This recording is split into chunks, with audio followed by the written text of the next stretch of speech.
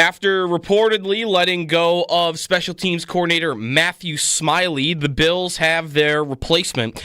Reportedly, according to Adam Schefter, Chris Tabor, formerly of the Carolina Panthers, the Chicago Bears, and the Cleveland Browns, is set to be the Bills' new special teams coordinator. He's been a special teams coordinator in the NFL since 2011, was with Cleveland then, was with the Bears for a couple of years in the midst, and then Carolina most recently, where he was their special teams coordinator and interim head coach in the 2023 season, now reportedly coming to the Bills. Elsewhere around the NFL, speaking of the Panthers, Joseph Pearson, who covers the team for The Athletic, says that running back Jonathan Brooks, who was a second-round pick last year, likely to miss all, if not most, of 2025 with an injury. In Seattle, Mike McDonald, Seahawks head coach, kind of implied that Tyler Lockett could be moving on, and the team could be moving on from him. He would be a free agent at 33 years old. Diana Rossini reports that the Jets were open to the possibility of retaining Aaron Rodgers, but he had to agree to attend all training camp and mandatory minicamp practices and stop appearing on the Pat McAfee show. So, obviously, with the latest reports that they're going to be splitting, Rodgers probably did not take that well. Four Nations tournament begins tonight. Rasmus Dahlin and Team Sweden in action, 8 o'clock against Team Canada. That will be at 8 o'clock. That will be on TNT if you're looking for it on TV. That's your Paddock Chevrolet Sports Update. Paddock Chevrolet celebrating 90 years of business.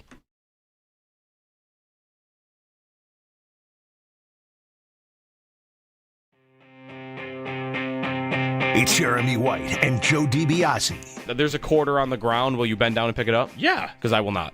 Oh, my God. Look at this guy. Wills and won'ts. Will eat a Cobb salad in a movie theater. Yep. Won't pick up a quarter. No, I cannot tell you the last time I used a coin in a transaction. Did I flip a coin once in the last 3 years?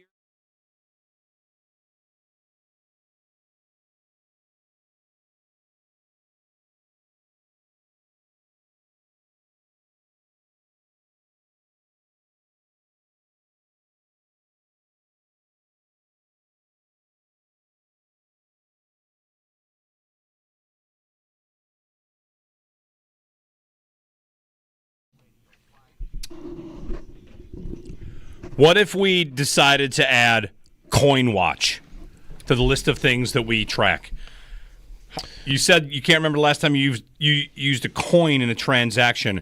Let's put it on the board. Let's get a counter up. Have you used a coin since? No chance. All right. Cash? The last time I used cash. Because you know you can turn those coins into cash. Yeah, I know.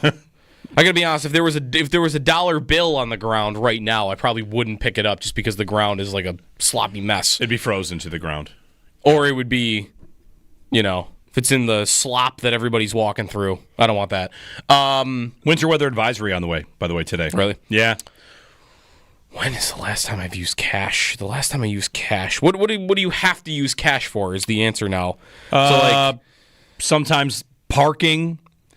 Not anymore, though. Sometimes. Not anymore. Right. You have to use cash at certain bars. I was going over this with my dad when we went to the Sabre game a couple weeks ago, and he is like, I don't know.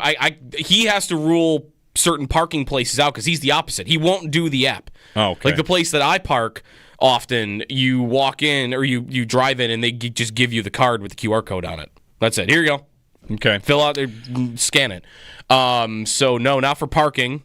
How about this? I just used cash last week for shoe repair.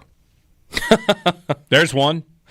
Picked up a pair of shoes that were repaired. Or like an old-timey, mom and pop shoe repair. Yep. Like in Seinfeld? Cash. Yeah, cash? Cash on shoe repair. Okay. Is it a cash-only business? You just chose to do cash? No, it's cash only. Cash only. Yeah. You have to use cash. There you had to use cash. I don't know what my answer to this is going to be. It's been... I bet I haven't used cash this calendar year yet. That would be my guess. Okay. Right. I don't think I've used cash this calendar year. And certainly not a coin. No. Please, I don't think I've seen a coin this calendar year. Wow. Look at you. No. Unless no.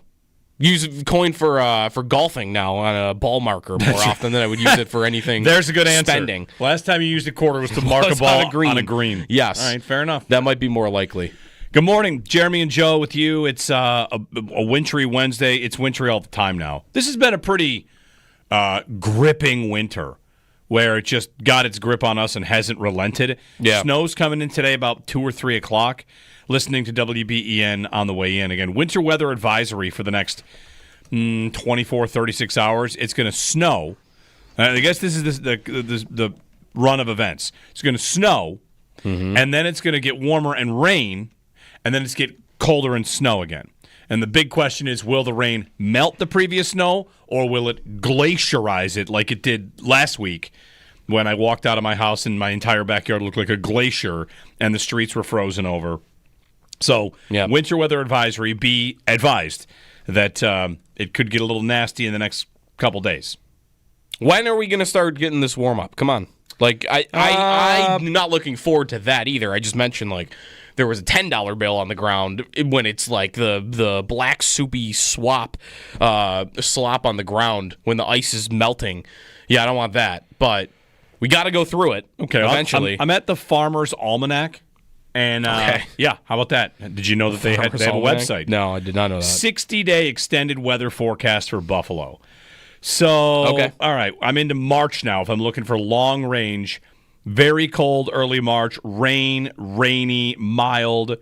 Mild by March 8th, it says. And then mild by March 8th. March looks mild, but the temperature, no, cold still.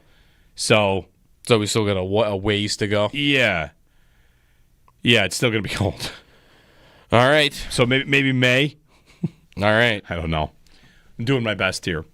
Anyway, good morning. It's going to be wintry, and you have all that coming. Sal's going to join us at 7 o'clock to chat about the Bills, and he has a piece up the state of the wide receiver position, which means I am all in for that, ready to chat about that. Scott Wilson joins us at 8:30 to talk about the Pete Lembo contract extension. Great news for UB to get him extended and some of the things that come with that. So we'll talk to Scott Wilson coming up at 8:30. And Steven Ruiz of The Ringer at 9, who has been arguing with people about whether or not Jalen Hurts is good.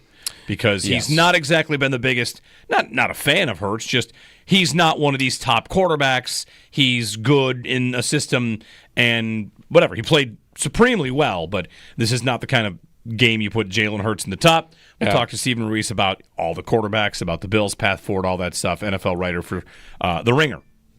Yep. He is also got some MVP takes, I think, on Josh Allen a little bit, so see what we get to with him a little bit. Sal also, I think, had State of the Running Backs also a few days ago, so we can get him on that quickly. There's not as much to figure out, though, I think, on that. Is that just, hey, they're going to re-sign Ty Johnson? And that's pretty much the entirety of the position. The big thing to figure out is, are they going to pay James Cook? Are they going to be a team that's shrewd about the running back position, or are they going to pay James Cook? Sure. Okay. And whether they'll do that now versus will they do that in, like, they won't do that in season, right? There would be a risk to that, too, by the way, which is if you pay him now, you know, you might still get a somewhat reasonable price. I'm not sure, but if you wait and he has another year like he just did, not saying that's a bad thing, just, you know, you might be setting yourself up for him to price you out. Yeah, well... Did you see the Dalvin Cook tweet during the AFC Championship? His brother? No, but I have a James Cook Instagram comment to tell you about. Oh, okay. So what's the Dalvin Cook tweet? The Dalvin Cook tweet, his brother tweeted during the AFC Championship game. I'm going to get it exactly here. But it essentially was about, like, he needs to get his money. Here, that payday can't come soon enough. Okay. 100. And Dalvin Cook would know this. I mean, Dalvin Cook had a flash pan career? Okay, he had another one. So he had that, and then he quote tweeted the highlight of James Cook reaching for the goal line. The NFL tweeted that out, the amazing touchdown that he scored against the Chiefs. And Dalvin Cook tweeted above it, $20 million per year. Okay, well, $20 million is not realistic, and everybody knows that. A running back is not going to get $20 million. The Bills are not going to pay James Cook $20 million a year. We know that.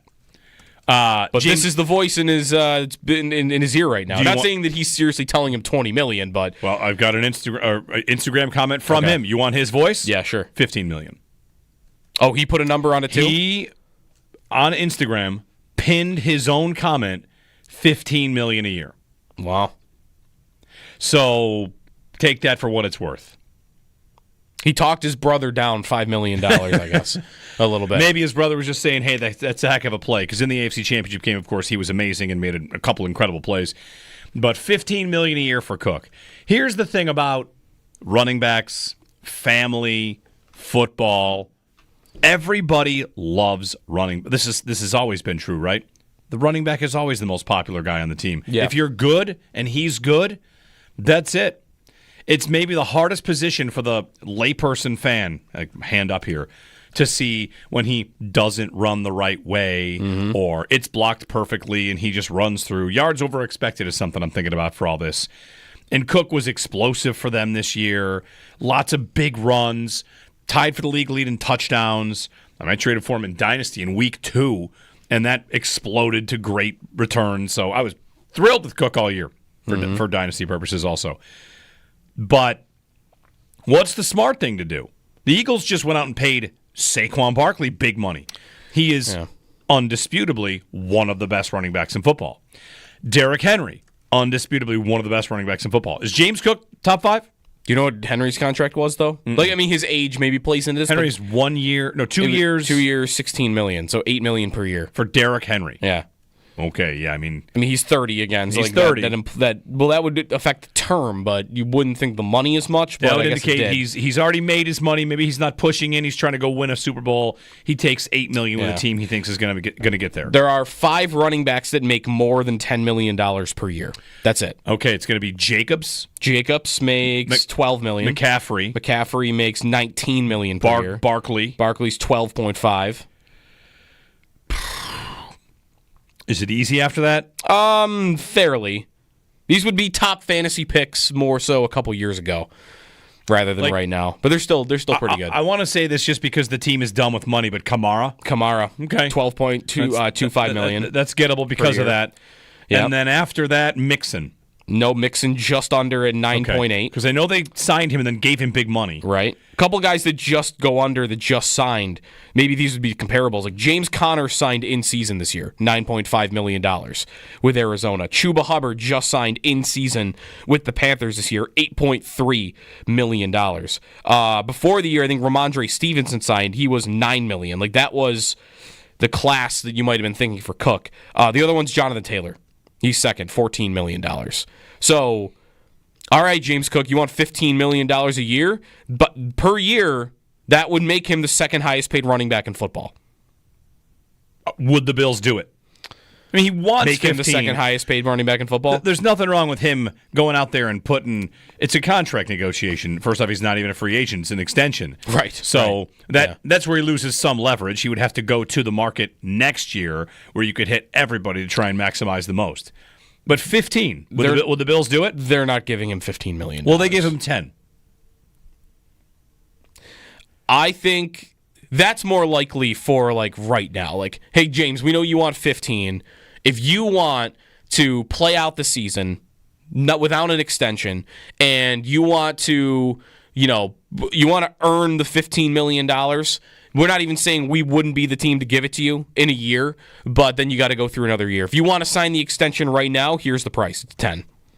Like, I think that's more likely for what their approach would be and what the numbers could look like. Because to me, I'm not team running back. I haven't really been ever, but is that bad? $10 million would make him the 6th highest paid running back in football. It's in line with Mixon, and if you factor in the inflation of the cap, it puts him in line with like James Conner, but he just got in Arizona. Is he as good as James Conner? Like James Conner's not like these guys, Stevenson and Hubbard and Conner. These are not superstar backs. No, that's right. So you're not putting him in the McCaffrey tier. You're not even really putting him in the Barkley tier. So I would be open to that if I were the Bills. It just seems like the running back position is one where you could be really shrewd and just say we're never going to sign a second contract. I mean, the Bills have drafted so many running backs in the middle rounds. It's kind of silly. I would say they probably shouldn't have done that with Singletary and Moss and Cook and now Ray Davis. But okay, whatever. I mean, if they'd spent all those picks on defensive tackles instead, we might have something. Yeah. Whatever. They need running backs, and they value the position, obviously. For Cook, $10 million a year, I think you laid it out pretty well. If you want to just fine, you're paying a back that gets the ball a lot that you trust. Do they not trust him in pass blocking? Is that something they want to trust him in the future? Because the most important drive of the season, he's not on the field because they don't really trust him in pass blocking. Right. And he had a pretty bad pass block rep earlier on the drive that took him out. I think, was it Eric Turner that broke that down? Or maybe it was Joe Marino. One of them talked about how his last pass block rep was pretty rough. All right, is that still $10 million a year? It might be. I wouldn't say it's going to be some kind of killer for your cap, but if you want to be shrewd at any position, which teams can be, then one great position to do it at is running back, and just draft a guy. And they've shown they're willing to draft guys in the past, probably too early. Yeah, or even, I mean, what is Ray Davis for this? Is Ray Davis not enough of this because he's a 4th-round pick? Yeah, I mean, like a guy that they would be interested in seeing, like, can he be a lead back after next year? Like, I don't know. Like, he was good. He was fine. And there are a lot of running backs who are drafted even lower than he was that end up, like Pacheco in Kansas City. He just ended up earning it. He got a shot at it and he earned it. So I wouldn't rule out even Ray Davis being able to earn that spot. But, yeah, like, that to me sounds like a better idea. Just let me draft a guy in the 3rd round next year even. You let Cook walk. And you run it back. If your line is great and you have pretty good backs, I still want to feel like that's good enough.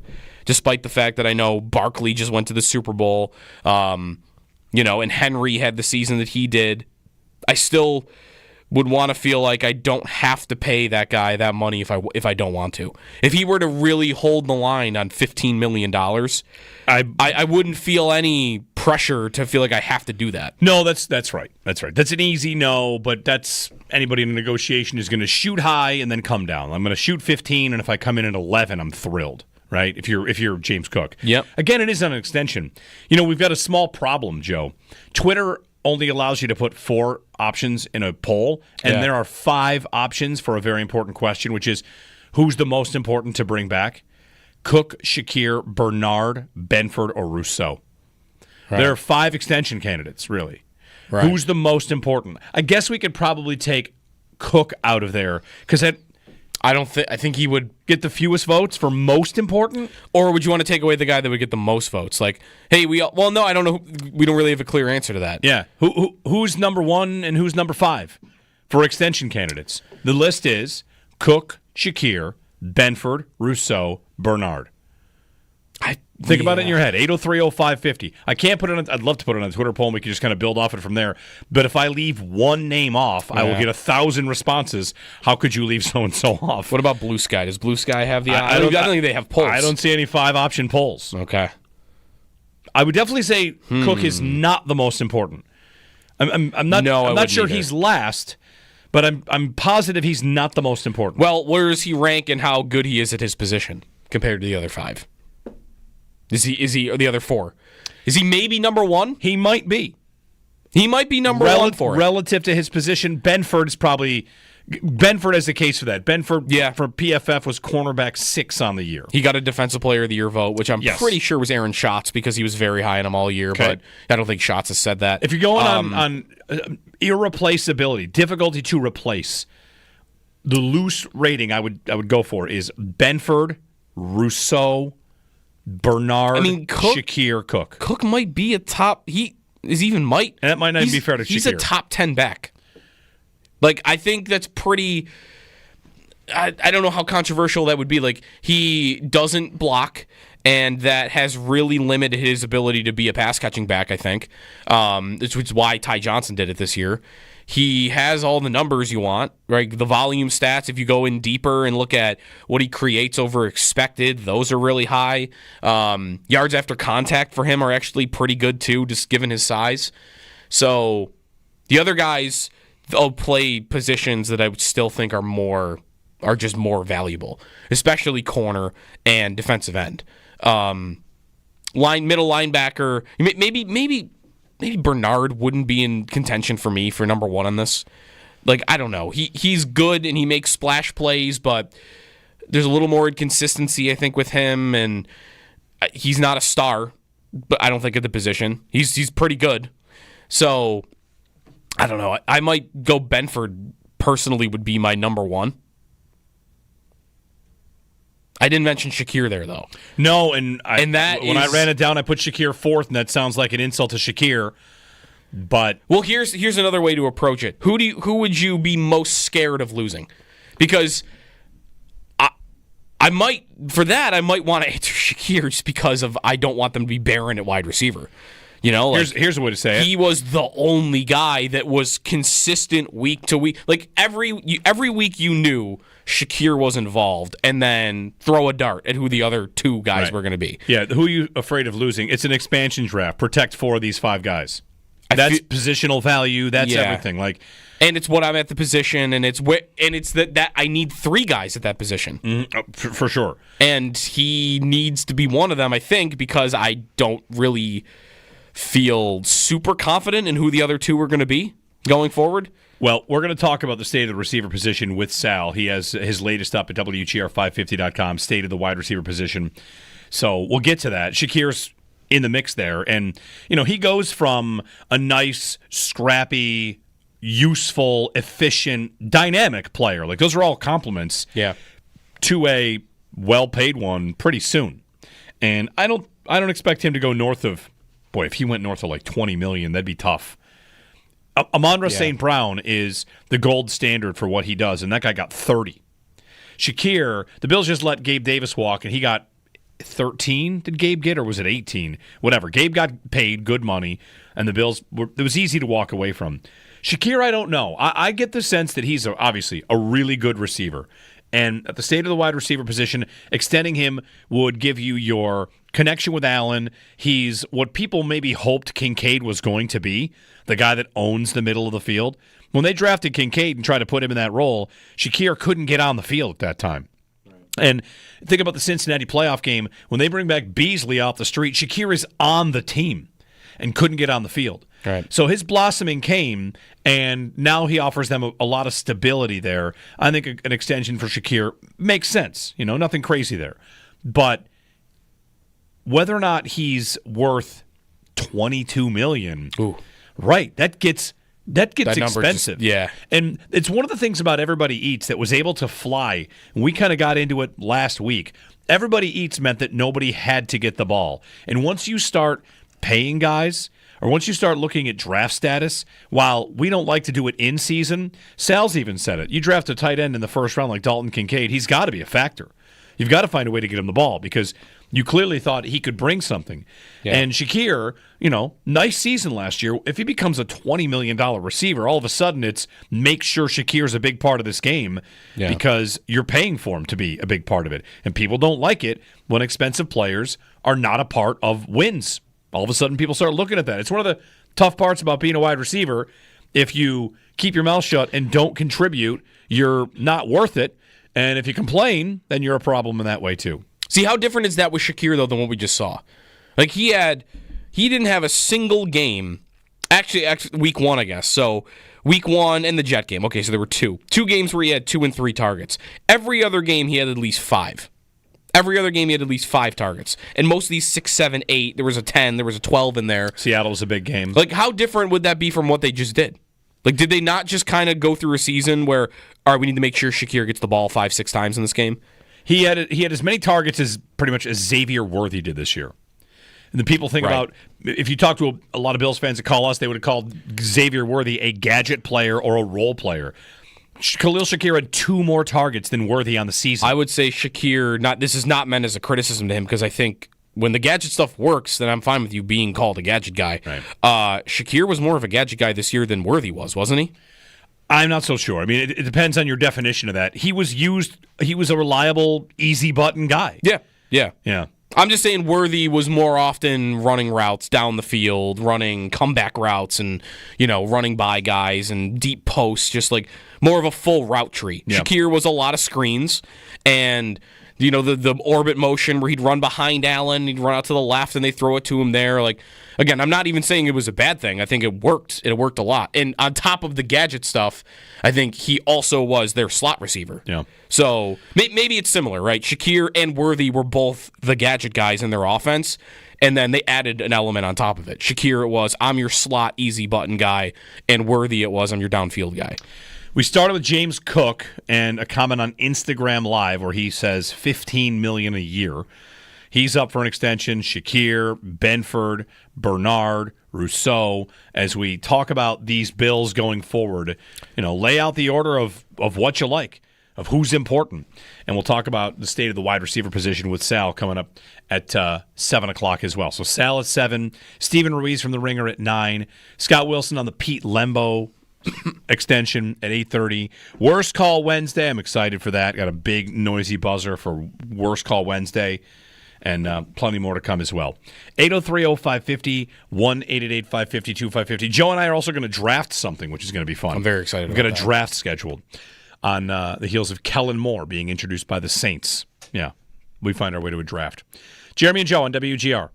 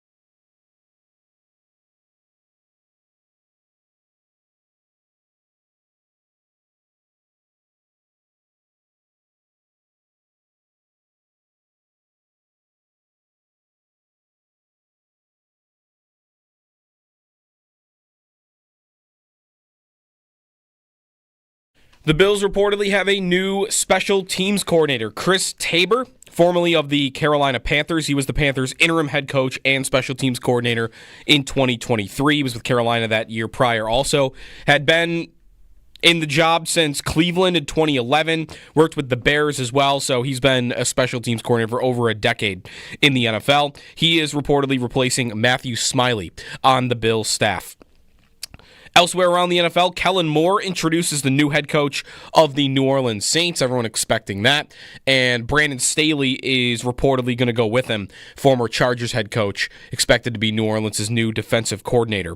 Aaron Rodgers, reporting from the weekend, was the Jets are done with him. Diana Rossini reports, though, the Jets were open to retaining Rodgers, but he had to agree to attend all practices and stop appearing on outside media, including the Pat McAfee show.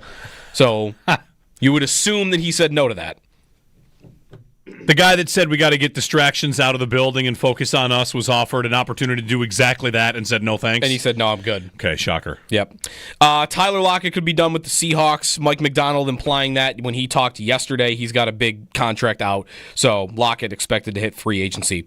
And tonight is the beginning of the Four Nations tournament, 8 o'clock, Canada and Sweden. Darlene on the ice. It'll be on TNT if you're looking for it on television. Those are your Paddock Chevrolet sports headlines. Paddock Chevrolet celebrating 90 years of business.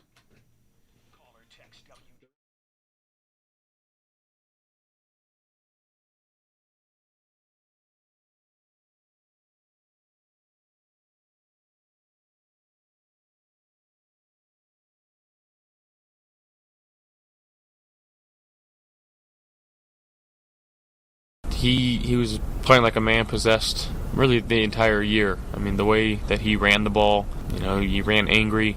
That play that he made on fourth down, it was an unbelievable play for him reaching out like that on fourth down, given the moment. That was a special play made by a special player. And every year that he's been in the league, he's gotten better, and looking forward to continuing that next year. Bills quarterback Josh Allen on James Cook. We're going to do State of the Receivers today with Sal a little bit. We still are, but Cook posting on Instagram Live a comment about $15 million a year and pinning it as well. I'm told on Instagram pinning Live that's what it means something, right? Yeah, when you pin it. I know it matters what your pinned tweet is. I know that. Sure. I know how to pin tweets. I going on Instagram Live and pinning comments, that's a little bit past my pay grade. Anyway, what's your pinned tweet right now? It's about my text club that you can join. Okay. Yeah, go to my Twitter. I text breaking sports news and takes and all that stuff. I should update mine. Mine's a tweet stat comparison of Nick Foles and Eli Manning having the same stats in their careers. Oh, that's right. Playoffs and regular season. I should give a belated congratulations. You were not here on Friday when the Hall of Fame class got announced, and we found out that Eli was not going in. He is not in. I felt terrible. I felt like we should be throwing a party. But for at least another... I should have had all that confetti that they had for Nick Wright at the, in the show after the Chiefs lost. You should have been like the 72 Dolphins popping champagne. Another year's gone by. He didn't get in. I actually don't dislike Eli Manning. I actually enjoy him a lot. He's so much more likable, I think, after his career's ended. But no, that was it was good to troll. It was a good day for you. Yeah. Well, anyway, you can join us. We can do it again next year. Yeah, there you go. 803-0550. There's a YouTube poll up. This is our first ever YouTube poll. We're learning, guys. We're going along. We're doing everything we can here. Should the Bills pay top 5 running back money to James Cook? Yes. No, I'll top out at 5 to... Wait, it's not 5 to 10 million. It's supposed to be ranked 5 to 10. Sorry. That's the specifics on like top 5 to 10 running back money. Running back 11 is Derrick Henry at 8 million. Yeah. And James Cook is definitely going to ask for more than 8 million a year. So top 5, yes, maybe 5 to 10, or no, don't pay running backs. I wonder if that's where the Bills would be though. Like I have no sense for what they would want on that front. Like, we know what Cook wants. He's made it very clear. Yep. As much money as possible. Which, by the way, no problem with him wanting that. Someone in the YouTube chat said he better be careful, or he'll be irrelevant like his brother. His brother did it right because his brother got a big contract. His brother also, I think, held out. His brother got a 5-year, $63 million deal and faded away quickly. And every running back's got to know that's how this works, right? Hey, listen. Of any position, you don't have time. You've probably got one crack at this, so you got to make sure you get as much as you can. You got to secure the bag because your career is going to be over fast. Dalvin Cook went from really explosive back with the Vikings to the Jets bringing him in, and it's over. Yeah. It went fast for Dalvin Cook. You know, there's dots that are now connecting in my head a little bit about Cook on this front, and I wonder what type of offseason we're headed for with him, if any, because he's going into a contract year. He's made it clear what he wants. He's already sending out the amount of money he wants. His brother is doing the same thing, but it's not him. His brother's in his ear, though. And his brother, just reading about, like, he didn't quite hold out into training camp. Maybe he did for a couple days, but he held out throughout the whole offseason. And it was, he said, I'm going to hold out until I get the deal I want. So he wasn't at all the offseason stuff for Minnesota that year, and they ended up paying him. So he got his deal. But, right, what is he telling his brother? He's probably telling him, like, you got to do it. You got to get it done now. Contract year, the age, the way it works the position. Like, look how quickly I was out of the league after I signed my extension. It was 3 years, basically, and he was toast. And at the same time, Cook, everything sounds like he's just a different person since the beginning of his career. Like, McDermott has talked about Cook in the AFC Championship game even, right? Cook yelling at him on the sideline. Like, he likes it. Yep. Like, he talked about that backfield is competitive. Guys want the ball. And I bet he's talking about Cook a lot. If Cook's the one that's yelling at him on the sidelines, he was pretty vocal about not making the Pro Bowl, right? When he didn't make it, like, he was right out there on social media like, I should have been in the Pro Bowl. So, you know, he's more fiery. I think he is, you know, as much as everybody sounds like it has to be the end-all, be-all, I think it's fine if a guy wants the ball. And maybe Cook, there was a little bit of that this year. I don't know. Everything kind of sounds like he is going to want to get paid. And that maybe he would be willing to say, all right, you don't want to pay me going into my contract year? All right, I'm not showing up. I'm not sure if he actually wouldn't show up. But, again, like, I would be thinking about it. I would at least be thinking about the possibility that he could pull that card. Sure. His total value of his contract, Cook, on 4 years. So he'll play second-round rookie deal? Second-round rookie deal, 4 years, is worth $5.8 million. So That's the total? That's the total. Wow. That's wild. That's total. And I'm looking at Dalvin Cook here. When Dalvin Cook signed his extension, he played 3 years, Joe, and then got an extension. On the final year of his and he was a second-round pick. He was. Yeah. He had made $4.9 million and then was holding out, got his contract, and the cash he made in year one of the new deal, which would have been his fourth season, so the extension kicks in right away, $16.4 million. So basically, if James Cook is following his brother's lead, which I wouldn't have, honestly, I don't have any problem if he wants to do this. This is how it works. It's what you have to do. I'm going to go in the final year of a deal. I might blow out my knee and my career is over. I'm basically risking, what, $15 million for a year? Right. Not even $15 million per year. I'm talking just $15 cash right up front to play for you and do the best I can. And if I get a knee injury, it's over for me. So I think the idea of a Cook holdout could happen. The Bills have also, if you think about this, how many guys have they let go to the final year of a deal and say, we're going to bet on ourselves? They did that with Gabe. They did it with Gabe. They did it with Jordan Poyer. Yes, right? they did. Because we were wondering about him, and he ended up just showing up. To me, Gabe is the more interesting one because Gabe Davis is a really productive player for them for 3 full seasons. And that year going into training camp, we wondered if he would get paid, if the Bills would pay him. And Davis was willing to say, I'll bet on myself, and he played without a contract. Yeah. And same kind of thing. Gabe Davis on a 4-year or a round 4 contract made no money, bet on himself, risked it, went to free agency, got paid. Good for him. If he fades away, it doesn't matter. He got a lot of guaranteed money, which is what he was trying to do. And maybe, his career bounces back in Jacksonville. Who cares? Like, these guys are playing football to play, but the way the draft works, when you get to this spot, I'll never forget the time you and I were playing in one of these Bills media events, and we were playing with Dawson Knox and Jay Kumaro. Yeah. And this is a story about like something Dawson Knox said that's not, any sort of state secret. But he and Kumaro were talking about a player, I forget even who it was, in the league. And Knox just simply said, he get paid? And that stuck in my head as something where when you're a player in the NFL, there are 2 days in your life. The day you get drafted and the day you get paid. The day you get paid is a very different day. James Cook, you're going to Buffalo, 4 years. It'll be $5 million for your 4 years. If it goes well, you'll write your name on a piece of paper, and it'll guarantee you $50 million. That's the second day in your NFL career. And that's what Cook's going to be after, is that day. He gets less money per year right now than Nyheim Hines does. Who's on? Could you even tell me what team he's on? That's nuts. He's on Cleveland, by the way, if you're interested. It's everybody. That's nuts. The names: Chase Edmonds, Samaje Perine, Daria Gumbawale, Trey Benson, Zach Charbonnet, Jeff Wilson, Amir Abdullah. Makes more than James Really, Cook. It's anybody on a second contract. Right.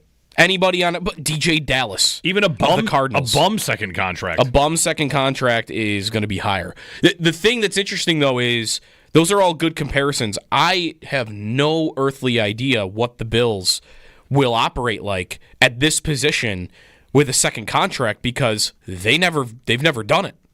The whole time they've been here, right? This is year 9 of Brandon Beane and Sean McDermott. They've never, to my knowledge, maybe it was a smaller one. Have they ever done a second contract negotiation with a running back? The only thing they did was they gave McCoy an extension to come. When what? They traded for him? They traded for him. But that wasn't McDermott and Beane. You're right. That's sorry. That's Rex and Whaley. Sometimes I forget those 2 years of Rex existed. Yeah. You're right. You're right. They've not paid a running back. They've never paid. They've shuffled in third guys all the time. They've drafted. It's almost like. Have they even extended brought back a guy in a 1-year deal that was like a lesser name guy? I don't even a Ty Johnson? Yeah. I don't even know that they've done that. Just not that it even matters to this because this is bigger, but.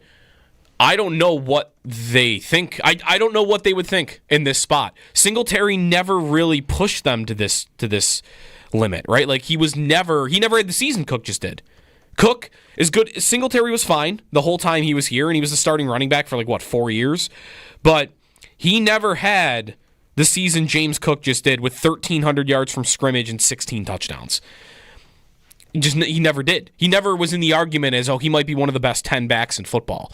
So I guess I don't really have a good guess. If the Bills in their office right now were thinking, we're not going over 8 for him. If he wants to stay for 8, take a little bit of a hometown discount, that's the most we're ever doing for a running back. Would I be that surprised? No. Versus if they were saying, we would go up to 13. We'll make him one of the 5 highest paid running backs in football. I'm not sure I'd be surprised by that either. I just don't. It's hard to know what the Bills would want to do here when there really is no prior precedent for them with a player in this position, in this situation. You want to know the market value according to SpotTrack?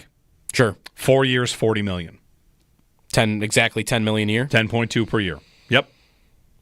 That's right there. I have no idea if the Bills would be up for that. It'll be a great exercise in will they pay a guy?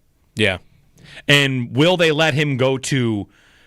When they have other guys to pay, we went through it. They have a lot of guys. They have 4 other guys that they're going to need to pay. Right, Myles Garrett and... sorry, I'm jumping the gun here. 803-0550. This is one of the fun parts. I mean, maybe not fun, but... Football's family. We're family. McDermott raves. $10 million a year. Ooh, we going to break our own policy here? Are we going to do that? Or are we going to make it? I mean, ugly's one way to say it. If Cook, in fact, did want to hold out, could it get ugly? It could. It really could. We want you to go and play the final year of a 4-year deal at about $1 million. My market value is 4 for 40. It could. They've been very good at avoiding that. Yes, they've not had too many public disputes or public issues. Right, any.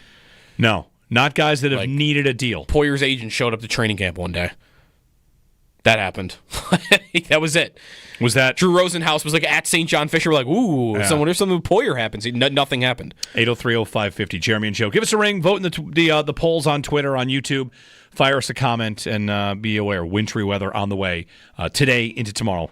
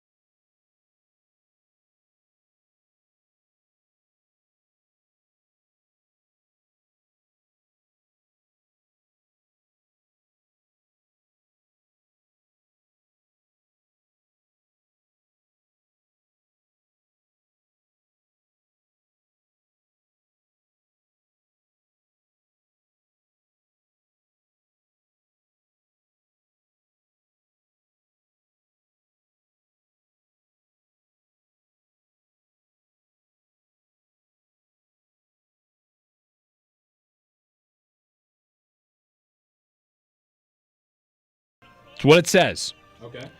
And I have not yet found that anywhere, because if they're going to have this tournament, it just needs a song. But it needs a song. Yeah, like the Champions League. You can't have a tournament. The only thing is, though, it's probably a one-off tournament. Like, they're probably never going to do it again. So that's pretty dumb. Why wouldn't they do it again? Why wouldn't they just do it? They'll do the Olympics. Well, they'll do the Olympics, and then they're going to include more countries, aren't they? Okay. Like, eventually, the Russian players are going to play in this. So this trophy that they're going to hand out is the only time it's ever being given out? I would assume so. Have you seen the trophy? I've seen the trophy. Is it more or less impressive than the TGL SoFi Cup? Oh, I don't think I've seen the TGL SoFi Cup. What does that look like? It's a tall cylinder that looks like something that could be described as a skyscraper on a miniature scale or a racing trophy. I don't know. It's the SoFi Cup. It's got lights inside of it. Oh, okay. I would say this trophy looks like the big trophy. If you were to walk into any old trophy store right now, and whatever the biggest trophy in there was, like you would, it's kind of generic. Is this like when I'm playing FIFA and I'm doing just a match against anybody, and it says what format do you want, and I cycle through all the trophies and I pick Bulgaria's League One trophy? Yeah, this is one of those trophies. Okay, I think. So it's like. Yeah, it's got the handles on it. It's got the base. Like it's a. Can you drink out of it? Yeah, it's a cup. Oh, it's a cup. It's definitely a cup. Let me see. Okay, that looks a trophy. That looks kind of nice. Now, if you forgot about it, I'm sure you did. What the last time they played a best on best international tournament was the World Cup of Hockey in 2016. Is it better or worse than the trophy that they had for the 2016 World Cup of Hockey? That thing is a horrible trophy. Which looked like a giant vase. It looks like a wastebasket. Or that's what that looks like. A wastebasket. The World Cup of Hockey, they played for a silver wastebasket. Here's another picture. It was like a. It was like metal, but there was a clear, like, exterior, kind of. That's a trash can. It looks... They played for a trash can? That's what that is. Yeah. Well, at least the Four Nations is not a trash can. You can tweet a picture of that so people can see that? Yes. We'll see if we can post it somewhere. I did not realize they played for a trash can in 1996. 2016. 2016. Oh, sorry. Not that long ago. Oh, that was the North America one? This is the Team North America one. Joe's wearing his Team North America. I'm wrapping it. I still have it. America shirt. I heard Eichel say yesterday that he still has all of his gear from Team North America. Like, all those dudes, wish, they loved that tournament. They loved that team. They loved that team. He didn't put up a ton in that tournament. Didn't he have like a sick pass to McKinnon on one play or something? I feel like he made one play in that tournament. He did not do much. What I remember is he was like centering the second line, but it was Matthews and McDavid on the top line together that was just like... Yeah, electric. I think the top line, I'm pretty sure the top line of that tournament for Team North America was McDavid centering Matthews and McKinnon. That's all right. It's like the greatest line you'll ever see in your life. Yeah. All right, Four Nations tonight. Sal on the other side, state of the running back position. We'll also get his thoughts on James Cook, and we've got a little from him today on Instagram, the idea of a contract extension, what route this could ultimately go. Give us a ring if you want. We have open phone lines. You can jump in with Sal and with us, or on YouTube. You can vote in the poll there as well. Hang out, whatever. Happy Wednesday. Jeremy and Joe on WGR.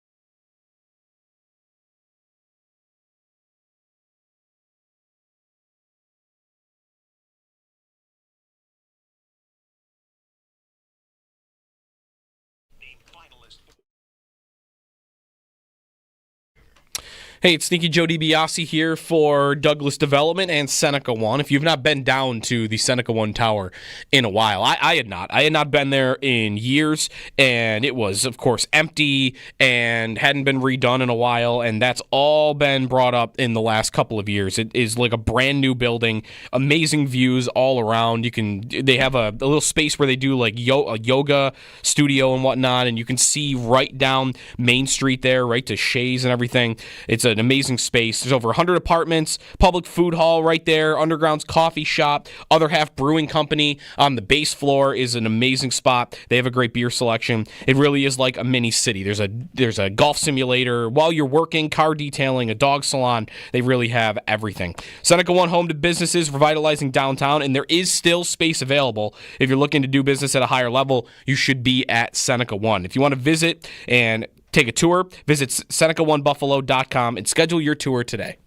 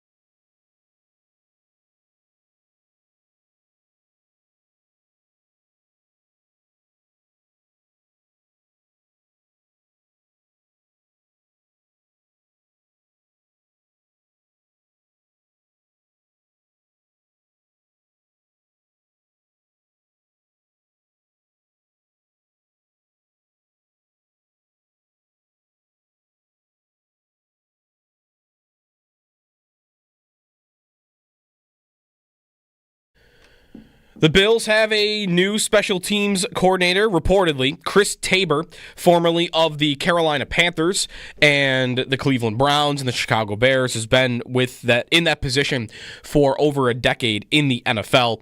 Did not coach in the league last year, but was last with Carolina as special teams coordinator and was their interim head coach in 2023. He, according to Adam Schefter, is coming to the Bills to replace Matthew Smiley, who the Bills reportedly parted away with over the weekend. To the rest of the NFL, Kellen Moore was introduced as the new head coach of the New Orleans Saints yesterday. The reports are that he's expected to bring Brandon Staley, former Chargers head coach, with him as defensive coordinator.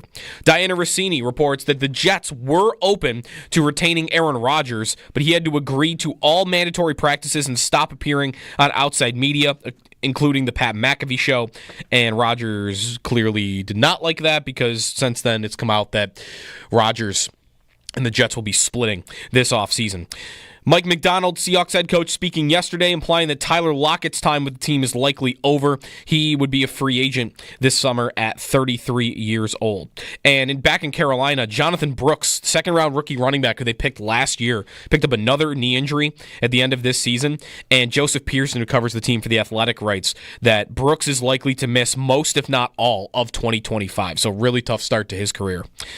Tonight, hockey, Sweden and Canada getting the Four Nations tournament rolling. 8 o'clock puck drop. Rasmus Dahlin will be on the ice for Sweden. He was practicing on a pairing with Gustav Forsling of the Panthers yesterday at practice. 8 o'clock on TNT tonight for that game. That's your Paddock Chevrolet Sports Update. Paddock Chevrolet celebrating 90 years of business.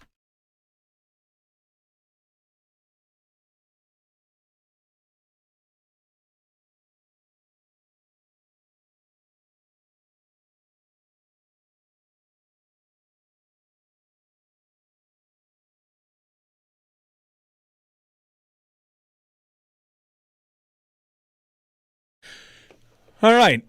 At WGR550.com, Sal's got state of the wide receiver position, but we have a little bit of, I don't know if it's news so much as it's a social media thing. Sure. Sal also did state of the running backs, and we haven't spoken to him about it really That's yet. right. So. That's right. Good morning, Sal. Good morning, guys. How are you? We're good. Before we get to the James yeah. Cook thing on social media and his contract, the Bills did make an announcement yesterday that made news with a hiring of a special teams coach. So let's just start there because, of course, the Matthew Smiley departure and now Chris Tabor coming in most recently from Carolina. What can you tell us about the Bills' new hire? Yeah, so the Bills haven't officially announced this, but it was reported yesterday, so it looks like that's going to be the case. Chris Tabor is going to be joining the Bills as their new special teams coordinator. So I think the biggest thing here to know is it appears the Bills have really gone in the direction of experience, versus their last two coordinators. Remember, obviously Matthew Smiley, he had been in the league, he had been on the job for 3 years, but his job with the Bills was his first time as a coordinator. He had worked under Heath Farwell, who that was also his first time as a coordinator. So really the last two coordinators the Bills had in special teams, it was their first time doing it as a coordinator. This is not the case.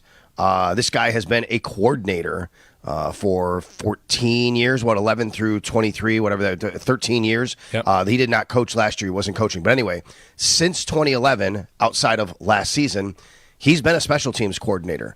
So he has plenty of experience across all different, 3 different organizations, worked with different coaches.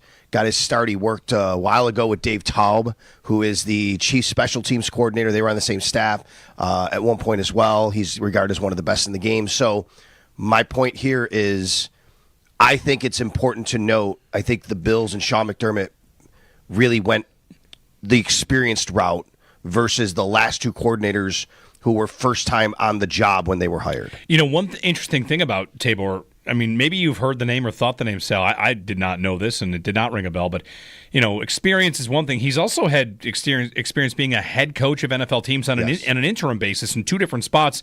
Once in Chicago, Matt Nagy tested positive for COVID and couldn't coach, and he stepped in. And then Carolina 6 games when Frank Reich went out. And I wonder if there's anything to say about that, you talk about experience, 40 years in the game, a special teams coordinator, but to be given that call when the interim tag is needed, I don't know, does that say anything about a coach to you?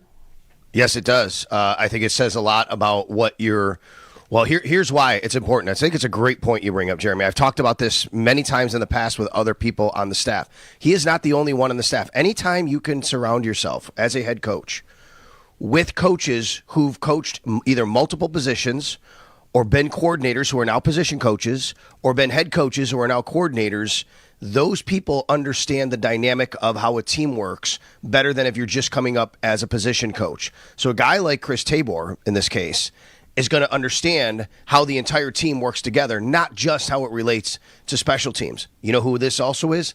Rob Boris. Rob Boris has experience as a coordinator in this league. He's a tight ends coach. You go and look at Aaron Kromer is a great example. Aaron Kromer was also an interim head coach for the New Orleans Saints, actually. He's the offensive line coach for the Buffalo Bills. Like, these guys, they've actually had time as in some capacity running complete sides of balls or running an entire team, and that really helps. And in a special teams role, it really matters because, as all coaches will tell you guys, the special teams coordinator is the one coach that touches every part of the roster. You're not just offense, you're not just defense, it's a blend of everybody. So that's why it's always been interesting to me. I've always felt that maybe special teams coordinators should get maybe a little bit more of a look when it comes time for head coaching interviews. It's where John Harbaugh came from. It's where Marv Levy came from. It's where Bill Cowher came from. When you're a special teams coordinator, you have to deal with the offensive room, the defensive room, the wide receivers, the DBs, and of course all of the special teams. You kind of understand everything about the roster and how it's shaped. So I do think, to me, I'm sure it's an added benefit. I don't know if Sean McDermott was looking for someone like that specifically, but I think it obviously matters to have somebody like that. Last thing on the special team, Sal. Do we feel like they have the players to get good results there? It just would be about Tabor coming in and giving a better, coaching acumen. Do you feel like they need to add a couple of core special teams guys?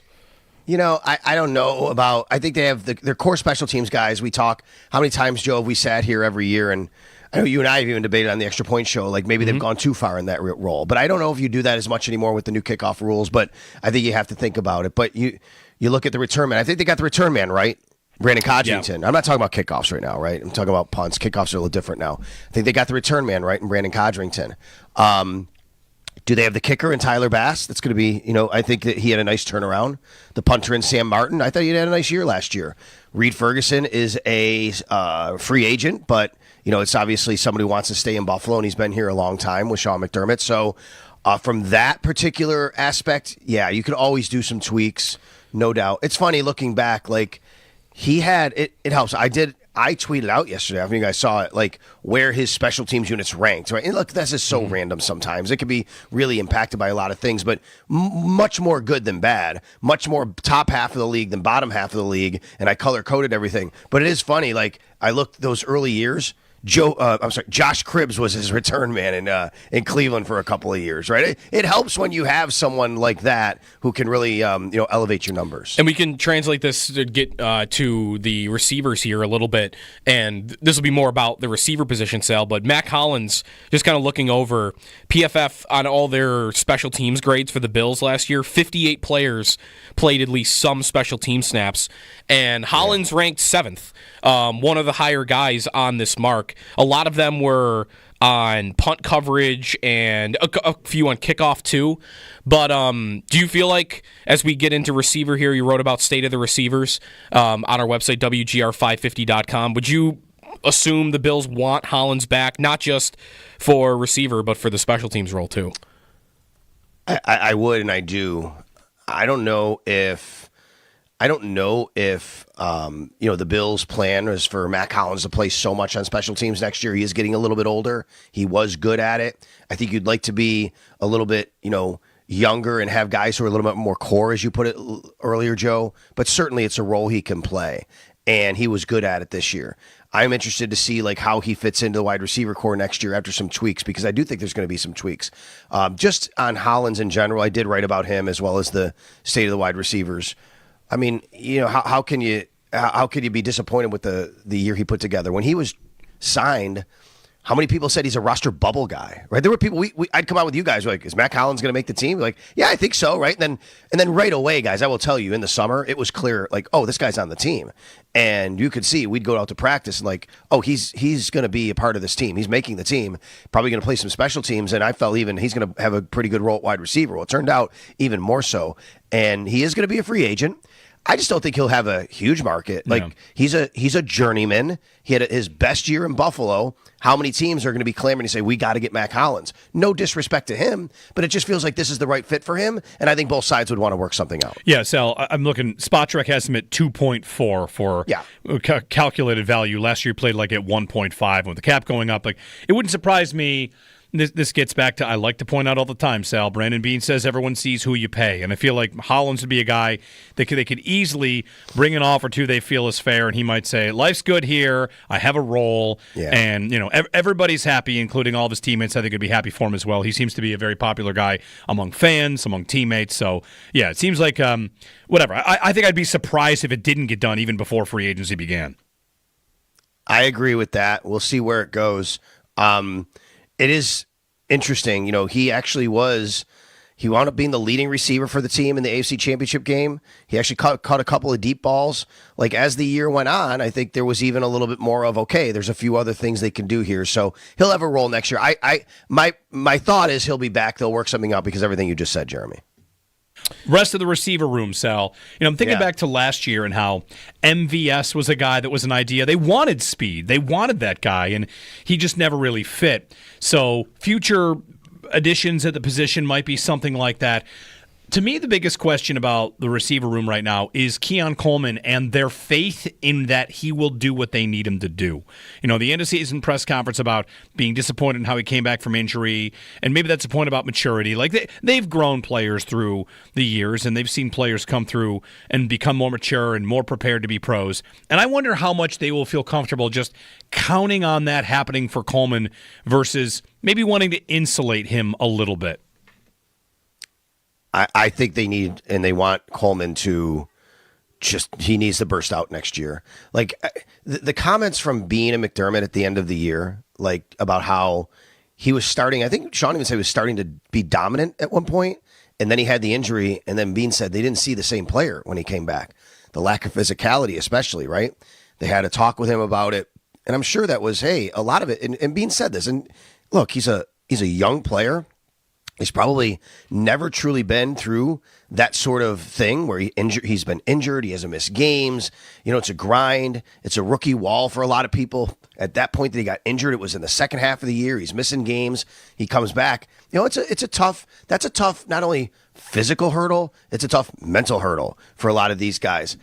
I don't think they insulate him at all, Jeremy. I think next year is all systems go. We need Keon Coleman to step on the field week one and be a difference maker. That's what I think, and how I think they're going to treat Keon Coleman next year. So how do you think then, do you think there is an addition to either replace an Amari Cooper on the roster, or do you think even there's a chance Cooper comes back? Because to me, maybe they wouldn't bring in a guy to displace Coleman, Sal, but if we're talking about their primary outside receivers going in next year as Coleman and Hollins, I still think there would likely be another body. Just it will depend, I guess, how much they want to invest in whoever that other person is.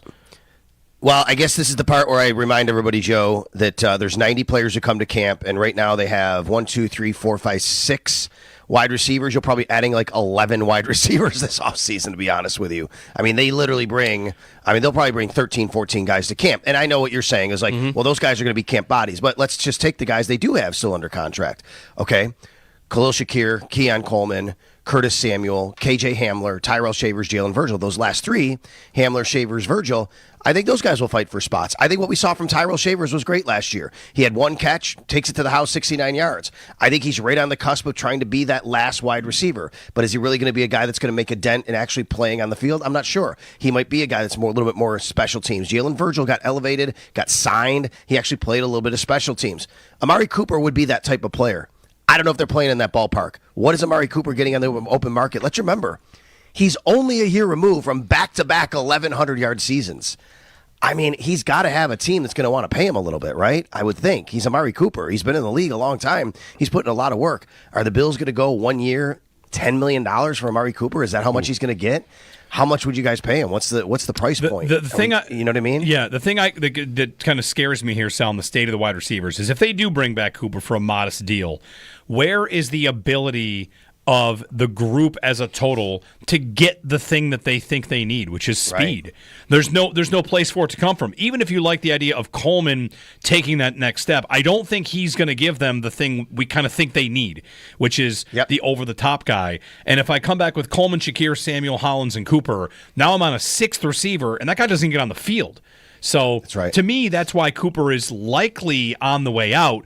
And wherever they swing in free agency, I just think that there's much more likely that $10 million is spent on somebody younger, somebody faster that fits that mold. Agreed. I would tell you that I do think, now, I'm not saying and suggesting, guys, that Curtis Samuel's that guy. I do think they wanted more of that from him this year, though. I think that the plan for Curtis Samuel just did not go right this year. And that is a large part because of the toe injury.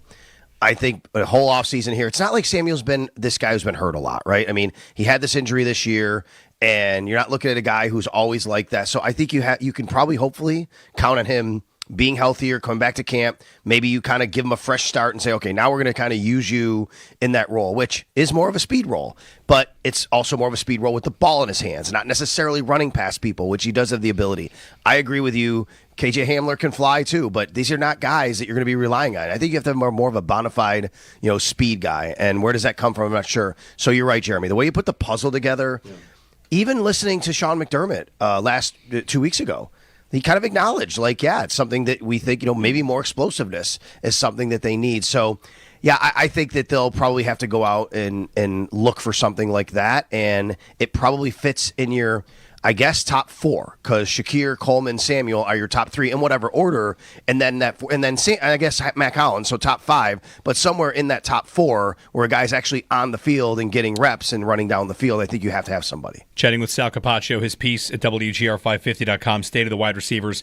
We've got a caller to get into one more issue we want to bring up with Sal. Rick in Olean is up. Hey, Rick. Are you there, Rick? No, Rick. All right. He want to talk about that sounded juicy. What was okay. It? James Cook. Want to talk about James Cook because James Cook. There's a post on Instagram Live, a pinned comment from him. $15 million a year. His brother has tweeted out $20 million a year. Sal, the Bills have a number of players eligible for extensions, and Cook will be a big test on their philosophy at running back. And I wonder if you think that. I'm not here to predict that things get ugly, but Cook's in a very unique spot because running back careers start and end quickly, and he's made it to this part, and this is where his brother would probably advise him, get paid. His brother got paid, and then he was out quick. And if you're Cook, you're playing on a deal that pays you a grand total of $6 million, and you're looking for, 10 a year? So I wonder what happens with Cook. I think this offseason could be a lot about what his plan is, what their plan is on an extension. 100%. So I did write about quarterbacks, and I did write about running backs as well. So people want to go check out those pieces. And the funny thing about those two positions, they're set, right? I mean, we know who the quarterback is. All you have to figure out is, the backups, Trubisky, White, and Buechele, they're all coming back. How does that pecking order work? That's fine. That's a nice little storyline. Running back, same thing. It's James Cook. It's Ray Davis. It's, do you bring back Ty Johnson? Good debate, good discussion, but honestly, we know James Cook is coming back. He's a fantastic player. And then you have Frank Gore Jr. The question at both positions, quarterback and running back, is the same. Do the top guys get extensions? And I'm talking about Josh Allen, guys. Yeah. What do you do with his extension? How do you work that number? And then for James Cook, do you give him an extension? Those are the only questions at these two positions. For me, there's the part of this for James Cook that's also tricky is Terrell Bernard, Christian Benford, Greg Rousseau, and Khalil Shakir. There's four other guys who are in the exact same position at different positions than James Cook. These are five guys all going into the last year of their deals. You cannot extend all of them. They're not going to be able to do that. Some of these guys, maybe quite a few of them, maybe all of them, are going to go into the last year of their contract. And that's and then eventually someone's going to leave free agency. That's what happens in this league. Do the Bills allow that to be James Cook? Is it Terrell Bernard? Is it Christian Benford? Is it Khalil Shakir? Is it Greg Rousseau? I don't know. But you're right, Jeremy. The way that they've operated, I've always said this. I think the Bills, one of the things that Brandon Beane has done very, very well is I think he's managed the running back kind of like how they pay and how they form it really well, which is they don't spend a ton of money on it. And he got it.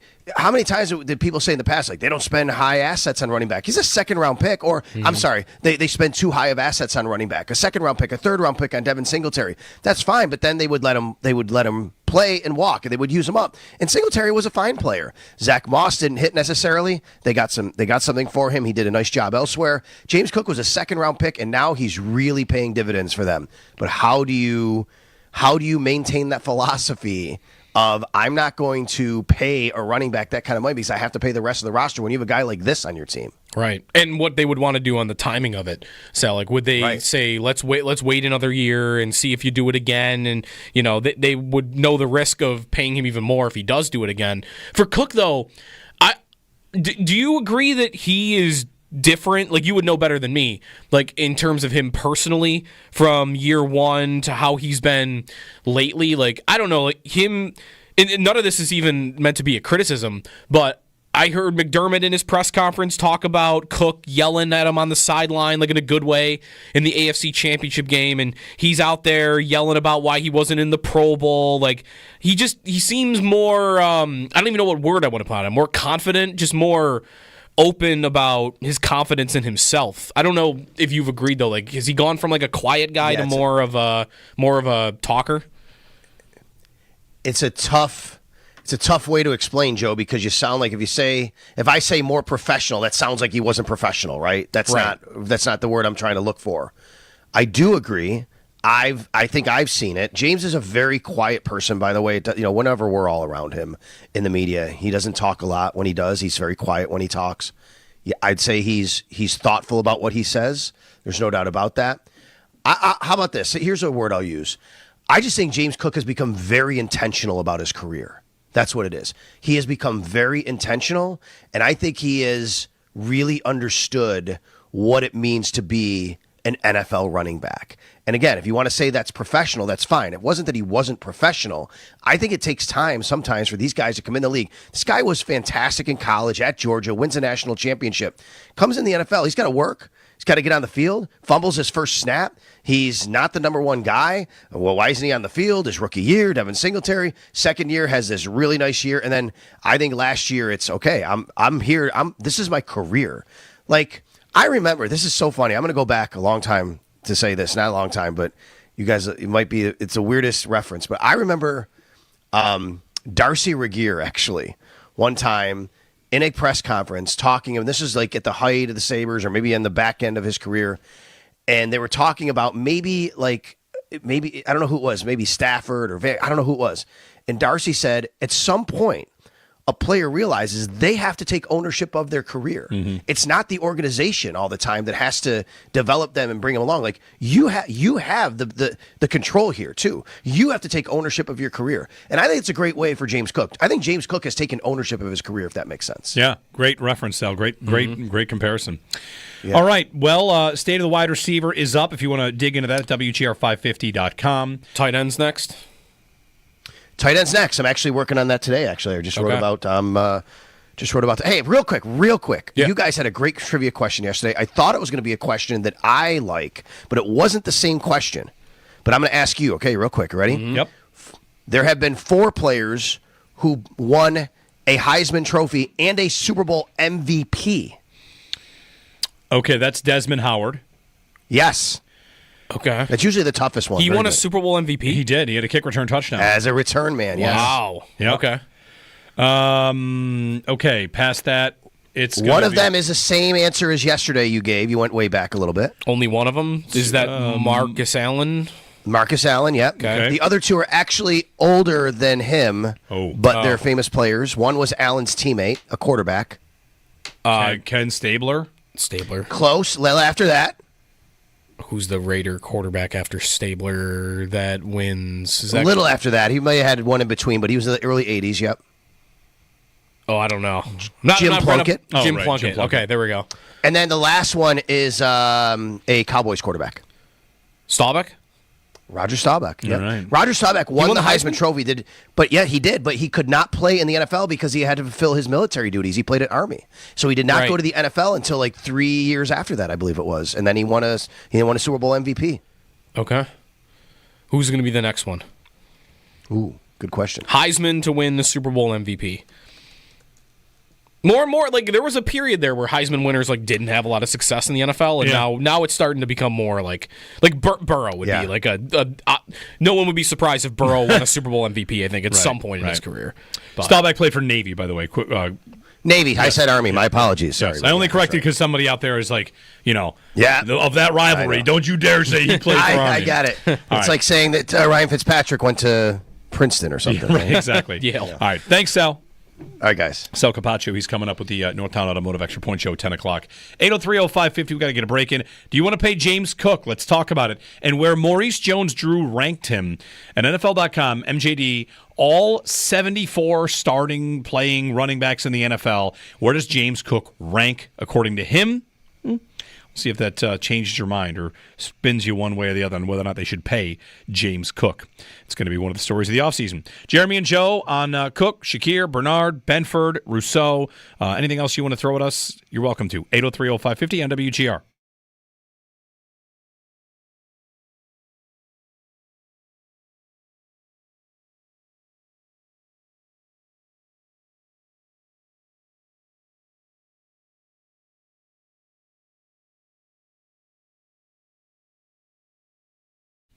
if your car's taking a hit, no matter how big, no matter how small, trust the pros at Clinton Collision. I got a ding that I got them to take care of this week. Clinton Collision is a family-owned business. It's been serving Buffalo for over 70 years, and they're always earning trust by treating customers like family. From whether it's a fender bender or if you're touching up a ding like I got to get for a lease return or handling major repairs, Clinton Collision on Clinton Street in Buffalo is the team that I trust, and you can too. Book your free estimate. You can call 716-823-2000 or visit ClintonCollision.com and be sure to tell them that Sneaky Joe sent you.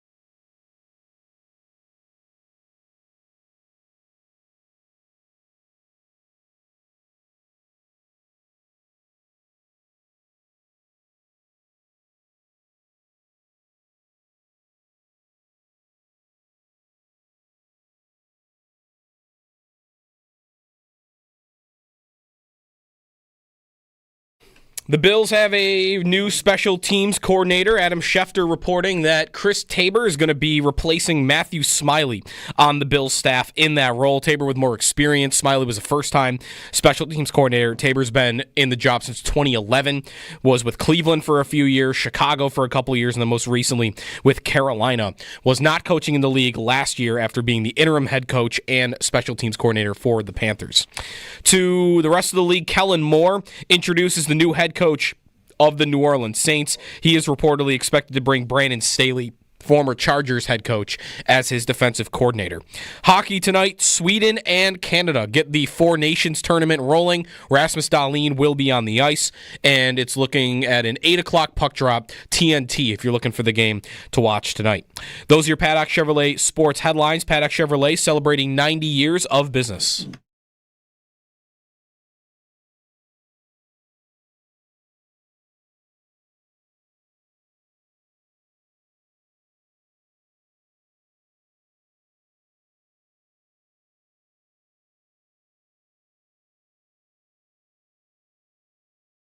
Go back to the phone lines here. Josh in Abington is the name on the screen. You might know him as the governor of the state of Pennsylvania. What's going on, Mr. Governor? How are you? Yeah, guys, what a day. Unbelievable. Incredible win. I'm just so pumped up.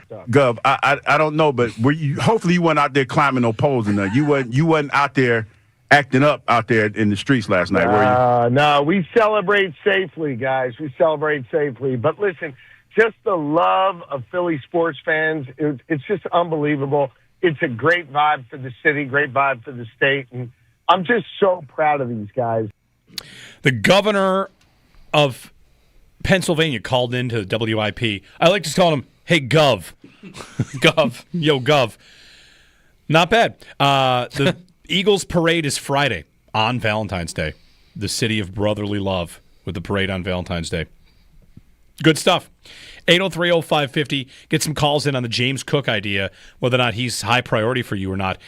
I want to give everybody a homework assignment, though. If you could try to work on this. I don't have trivia because I don't even really know how to find this. But it was pointed out with Kellen Moore getting the Saints job. Yep. So Kellen Moore will now be the head coach of the Saints. Mm-hmm. His quarterback for right now is Derek Carr. Yep. They played each other in college. Okay. How many times has a coach coached a quarterback he played against? That's a tough one to find. Yeah. Jason Garrett was a quarterback. How many quarterbacks? But he doesn't cross over with... coached a player they played against. In that game in college, by the way, Boise with Kellen Moore beat Derek Carr in Fresno 57-7. So Derek Carr might get some tips from Kellen Moore. Anyway, 803-0550. Trying to find that. I've spent a minute and a half trying to look that up and then thought, you know what? Nah. I don't need to waste hours on this, but it's interesting. If you need else. guys that played too, right? Like need just played in college. I mean, that's Kellen Moore played in college. Because I'm not like Kevin O'Connell came right to mind for me. Yeah, like he would have been a backup, but he didn't start in these places. Cliff Kingsbury played. Did he coach a quarterback he played against? Right. Anyway, that's a situation in New Orleans with the Saints. On James Cook, Maurice Jones-Drew ranked all 74 running backs at NFL.com, put James Cook number 8. Okay. Eighth best running back in football. Top 10? Top 10. Should the Bills pay him?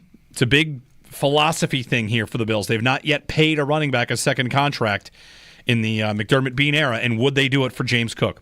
We'll get some calls in on that as the offseason is about, locking up their next version of the core. Who's a part of it? Mike in Pennsylvania is up next. Hey, Mike, good morning. Hey, guys. Good morning. I'm not the governor of PA. That's crazy that he called in. I thought for some reason while I was listening to the broadcast, I thought it switched over to where I'm at from, back home. But, yeah, they're nuts. And next year maybe we face them and we can pipe the Eagles down in the Super Bowl because it's going to be nuts for the next 3 months over here in Pennsylvania. But anyways, back to the James Cook thing.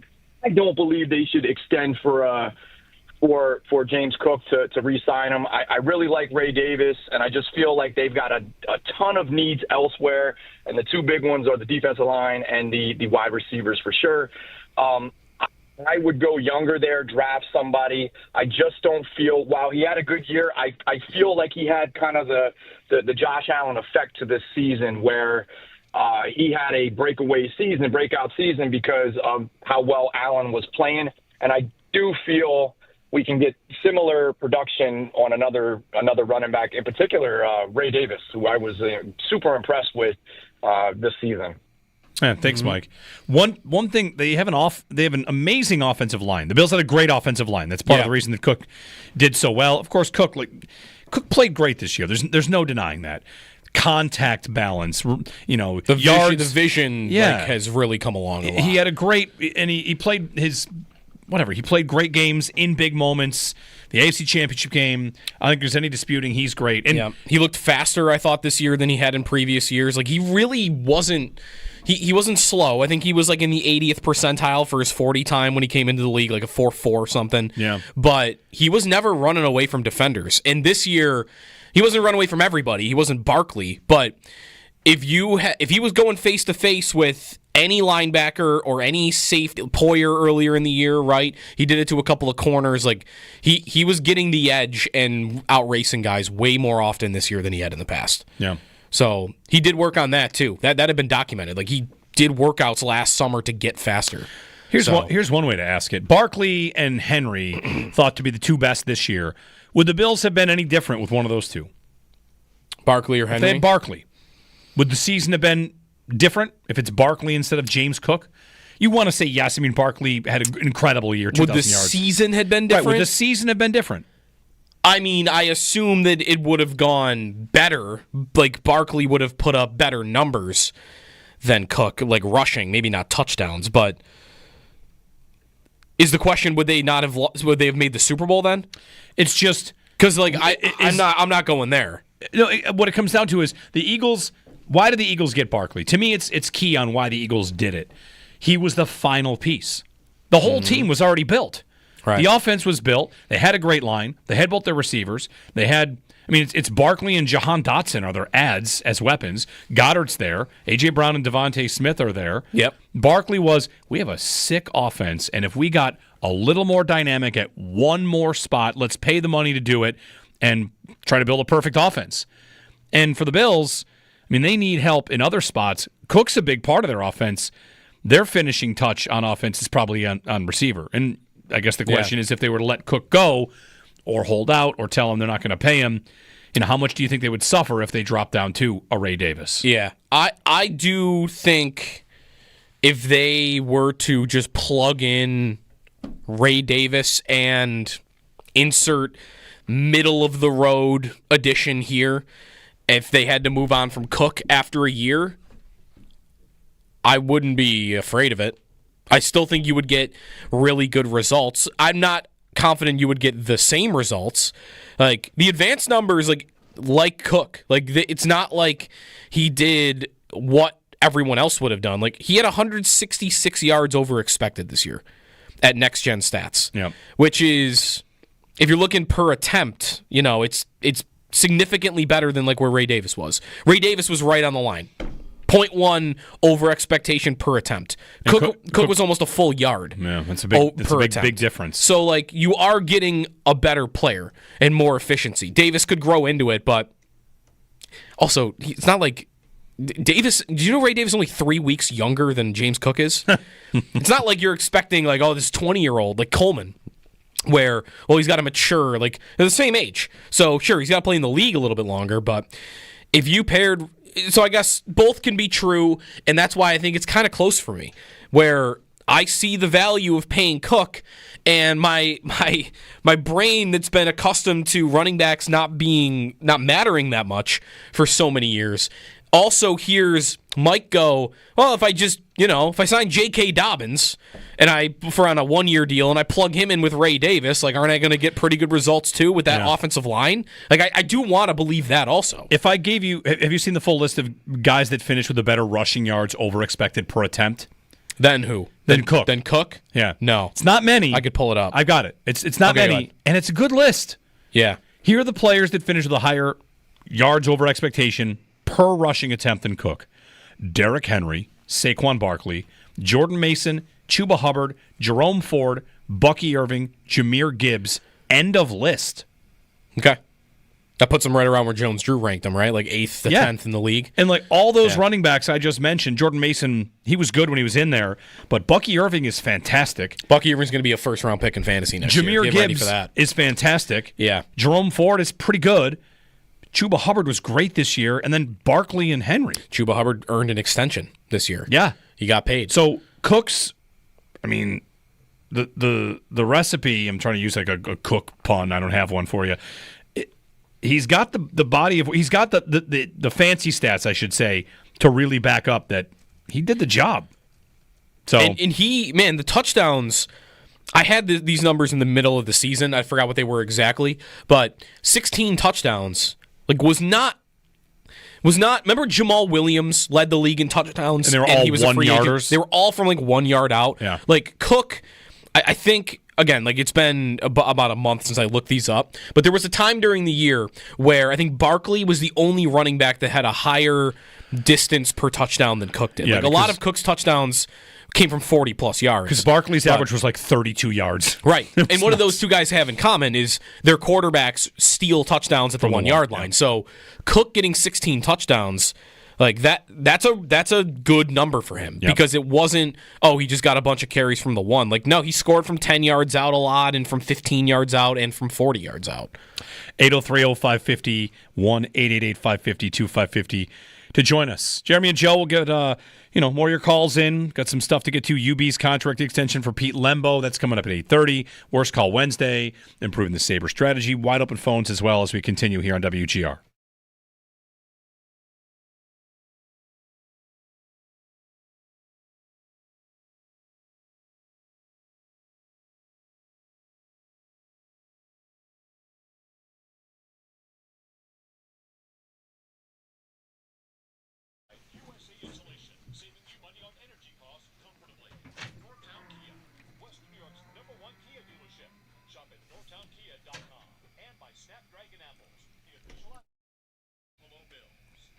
Jeremy White here for Whalen Brewing. Planning a party, corporate event, even a wedding. Whalen Brewing, the perfect venue with 18,000 square feet of space. Private patio, beer garden. They can accommodate the 200 guests in the big Whalen Hall. You can have any sort of event there.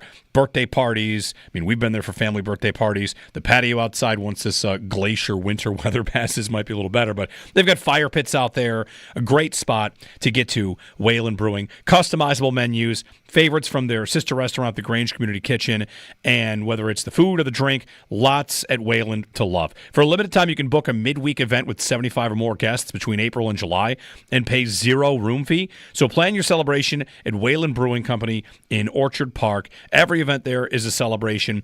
Get to Wayland. If you haven't been, put it on a list of places to go. I'm in Northtown or the Gittstown to the South Towns to get to Wayland when we can.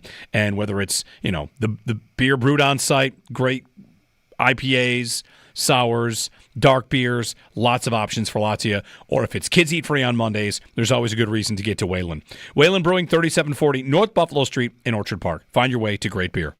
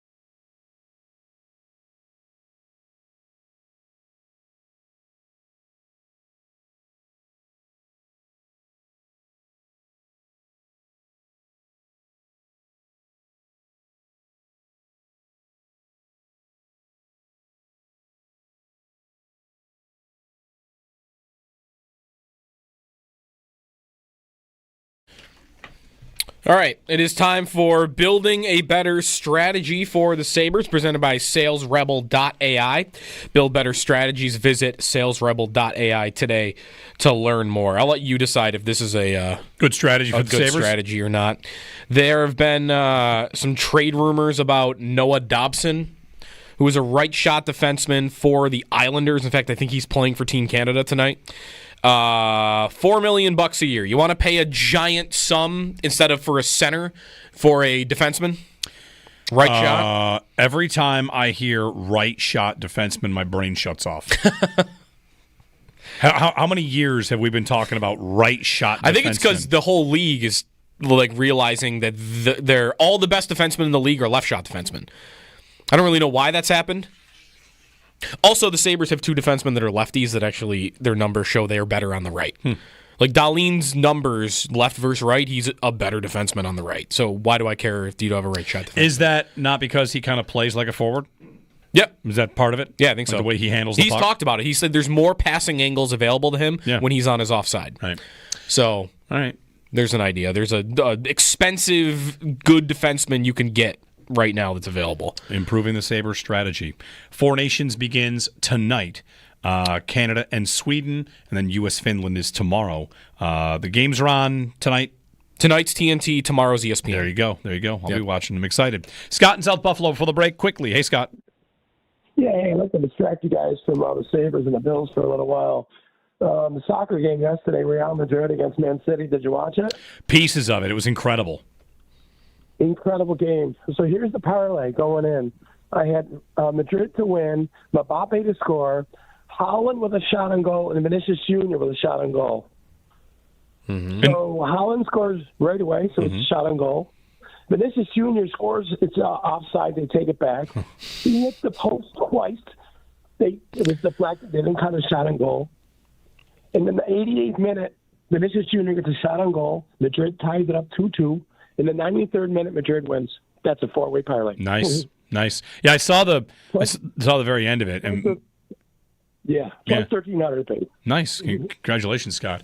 The Champions League is super. I mean, you want to talk about the way that the NHL couldn't possibly make the Four Nations like the Champions League. I get that, but can I say this? No tournament is better at celebrating itself than the Champions League. They wrote a song for it. Yeah. In multiple languages, and it's just, I think it's presented very well. Anyway, and City is out. City to lose, I mean, it's not a bad bet these days. They lose all the time. Yeah, they're kind of just bad. It's really wild. They went from, hey, listen, if you've been waiting for the Chiefs' demise, just know that in the soccer world, their version, the dynasty over there, just poof. One guy got hurt, and it's over. Like it was just all over, just like that. Yeah. All right, 803-0550. Back on the other side, we'll talk James Cook, state of the wide receiver as well. Joe and I also have a fun game with next year's potential coaching vacancies we're going to play. We'll get Scott Wilson on Pete Lembo and the reported contract extension for the UB head coach. Your phone calls as well, 803-0550. Do you want to keep James Cook, and how far are you willing to go to do it? We'll talk about that with you here on WGR.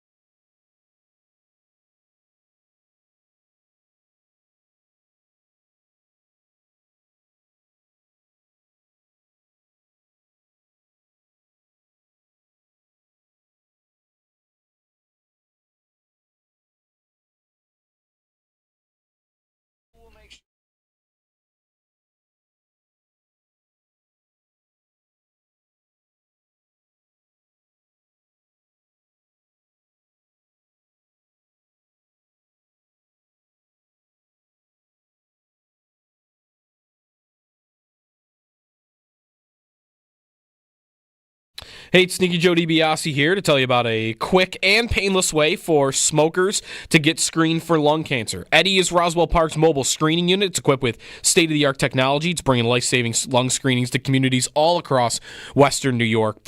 About 70% of lung cancers detected by screening are found at early stages, which makes them a lot easier to treat. And if you're a current or a former smoker, age 50 plus, be sure to take this step for your health. You can visit roswellpark.org/Eddie to check out where it's going to be. Today, it's going to be on Hurdle Avenue, tomorrow as well, and then next week at Fireman's Park in Blaisdell, New York. But if you're looking for all the locations where Eddie's going to be, maybe it's going to be near you, or if you're interested in having it come to your organization, go to roswellpark.org/Eddie or call 1-800-ROSWELL to learn more.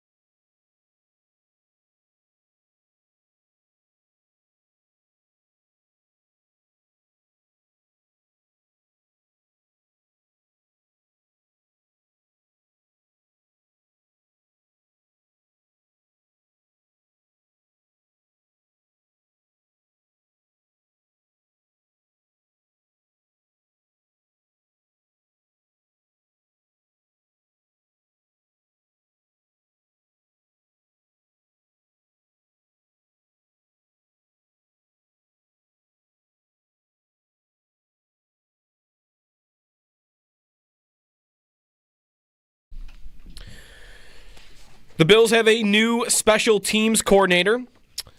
It was reported that Matthew Smiley was going to be replaced, and it's going to be Chris Tabor, formerly of the Panthers and also the Browns and Bears. He's been a special teams coordinator in the league for over 10 years. He is reportedly Matthew Smiley's replacement on Sean McDermott's coaching staff. More details on that at WGR550.com. You can also check out there Sal's State of the Bills on the wide receiver position for this offseason. Elsewhere around the NFL, Kellen Moore officially introduced as the head coach of the New Orleans Saints. Former Texans offensive coordinator Bobby Slowick lands in Miami as passing game coordinator on the Dolphins staff. Diana Rossini reports that the Jets were open to the possibility of keeping Aaron Rodgers on the team next year, but that he had to agree to attend all mandatory practices and stop appearing on outside media, including the Pat McAfee show, and Rodgers and the team are now set to split, so obviously Rodgers did not want to sign up for that. To hockey, tonight is the beginning of the Four Nations tournament between Sweden and Canada, 8 o'clock puck drop tonight.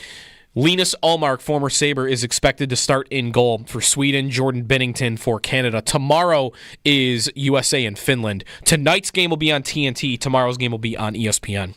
That's your Paddock Chevrolet Sports Update. Paddock Chevrolet celebrating 90 years of business.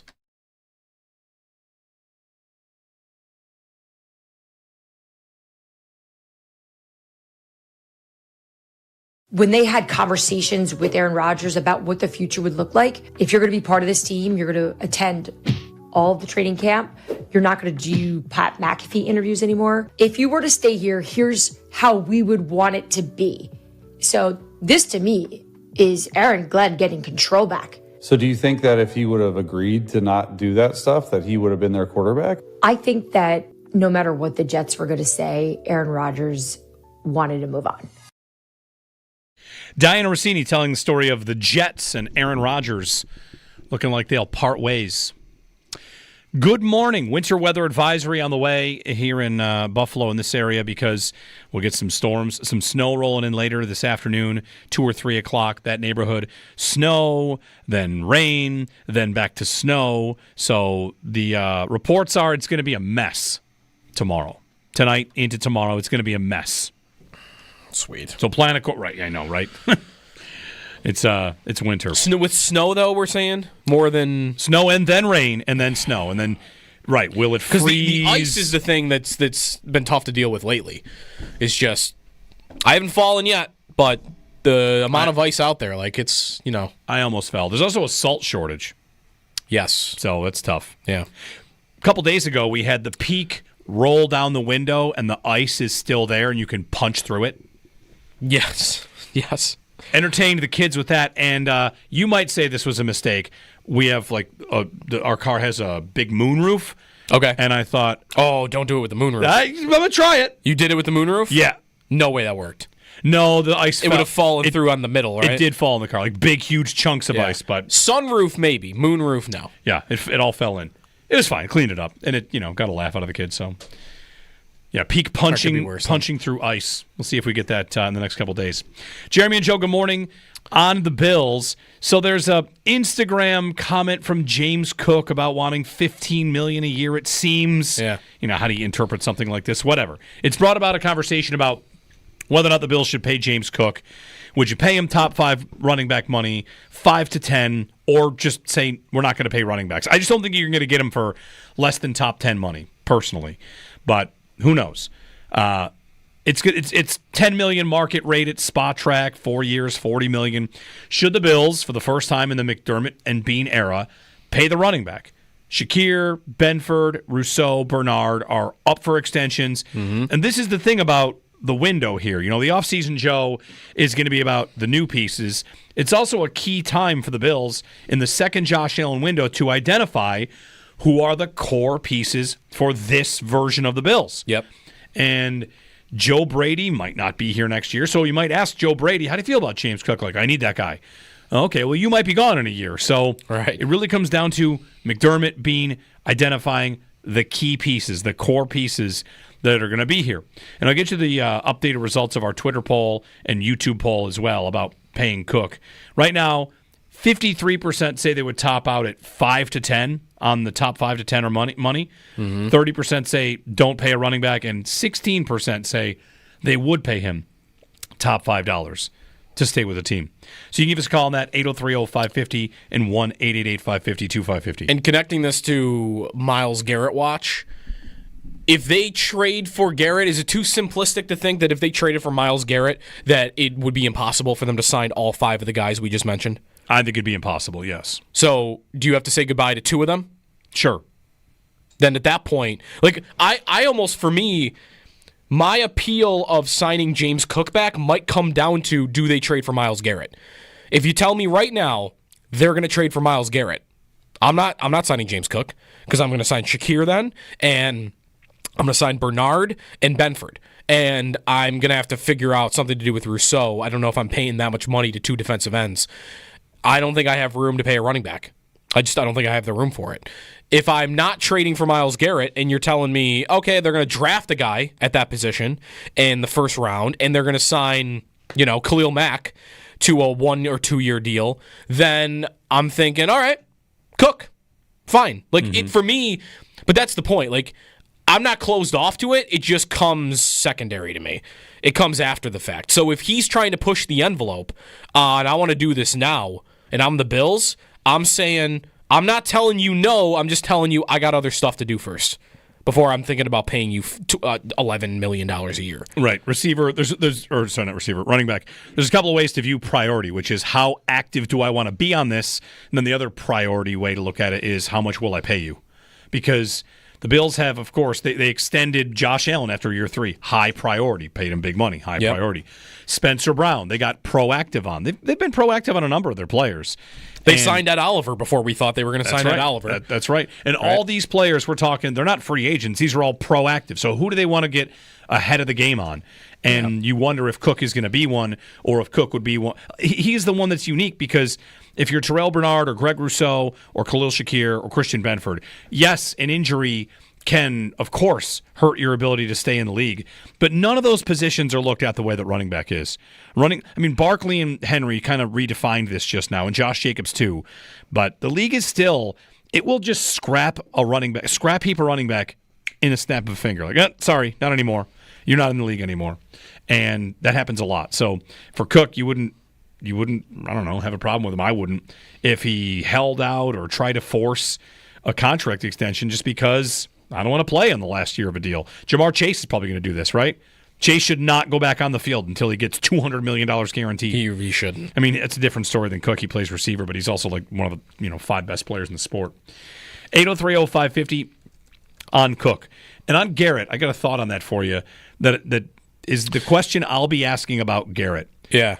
Have you seen the next team odds on him? No. Joe Ostrowski, who's on with Chopin the Bulldog Weekly, he posted them on Twitter yesterday. The Bills have the 3rd best odds. Okay. Tied with the Browns. So next team he plays for. Browns. The Browns and the how about that, by the way? The Browns, who he's currently on, is the same odds as the Bills. Okay. The 2 teams above. Washington. Washington is the favorite, and the Eagles. The Eagles. Yeah. Which, wouldn't that feel like when Durant went to the Warriors? Yes. Just, wait a minute. You just had like the greatest Super Bowl in a decade rushing the passer. What do you need him for? They might lose Josh Sweat, right? They need him for when they play a real left tackle. That's what they need him for. Sure. But yeah. But it's like you've got a monstrous defensive line. Why do you get the top guy? But right, if I were them, I would want Garrett too. It's funny, like we're talking priorities here. On Garrett, let me just ask this question. I was having a conversation with a guy in my text club, Xavier. We're going back and forth about Garrett and what's risky. What's riskier, okay? Here's the concept on Garrett, and then we'll get some phone calls in back on James Cook or Garrett if you want this. What's riskier? Trading assets and going and get Myles Garrett and bringing him in and wanting to get 3 to 4 years of his prime, hoping you can still get that, which I think you can. Is that risky? Or is it riskier to say, let's see if Javon Solomon really develops into a nice pass rusher and spend the 1st and 2nd and 1st pick it would take to get Myles Garrett and hope they turn into guys like Chris Jones during Josh Allen's prime? What's the true risk? Is the risk spending the picks on a guarantee? Again, finger quotes guarantee because he could get hurt, whatever. Or is the risk trusting your draft process to find absolute studs. Which, in essence, is kind of like gambling. It's lottery tickets. Yeah. All right. Let me go buy. Do I want 10 lottery tickets for like I think the chance to win $100,000, or do I want to go get $10,000 right now? I don't know. It was an interesting conversation as I'm texting back and forth. This guy, he makes the case that the true risk is just going to the draft, and he might have convinced me. That's right. You're playing with Josh Allen's prime. It's not the time to. I mean, it is the time to finger quotes trust the process a little bit, but. You could trust the process on the rest of the roster and go out and bank yourself a blue chipper. But even these guys we're talking about that are going to need to be paid. Like I'm poking around right now in Spot Track. They have, I think, market value up for almost all of these guys. And okay, like Cook, $10 million a year. All right. Yeah. For a running back, that's a lot. For a 53-man roster, fitting a $10 million salary onto your team is not that bad generally. Bernard, you want to know what his market value is per year at Spot Track right now? $6.7 million a year. Wow. Benford, same thing, pretty modest. The one guy that is a big number is Rousseau. And 25. Spot Track has him at $24.9 million per year. I mean, which would make him the third highest paid defensive end in football. They've got Shakir at almost 20. So right, like the money adds up quick. The money starts. Those two maybe especially, but even that, Shakir making $20 million a year, like the Bills. This is not a good thing. I don't think the lack of superstars on the team right now means a lack of $30+ million salaries. Right? Mm-hmm. So you might think you're more able to sign a running back like James Cook because, well, we're not the Bengals. We don't have $35 million we have to pay to Jamar Chase. We're, maybe they want to be the Myles Garrett team, but so far they have not been the team that, we have a Max Crosby on our team. We got to pay him $33 million a year. Like now the $20 million contract, it might feel like a lot by Bills standards because the Bills haven't been exploring yet into $30 million non-quarterbacks because they haven't had somebody that's worth it. And now teams are going to start doing that more and more and more. So you almost have to reset your perception of what is a lot. Like $20 million for Shakir, $25 million for Rousseau. Like, okay, we're starting to get there, but even still, they should have more room and more ability to be aggressive because they're not one of these teams that has to figure out how to pay three guys that are all making $33 million. Right. I guess when you lay that all out, the thing I come away with is be careful not to pay all of the guys that are kind of mid. That's a point. Right? That is a point, right? You want to play, you want to have good players, and it's like when the Sabres chose Kodalik and Connolly and Roy and all the mid guys instead of the high Cody Hodson got a big extension. We all thought what was he asking for if you settled on that number?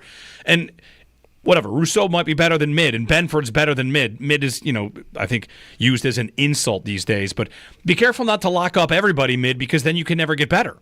And you want to leave spaces for better. This gets back to our conversation with Sal at 7 about Amari Cooper. For me, Amari Cooper is not on my radar because I need to find somebody that can possibly be better there.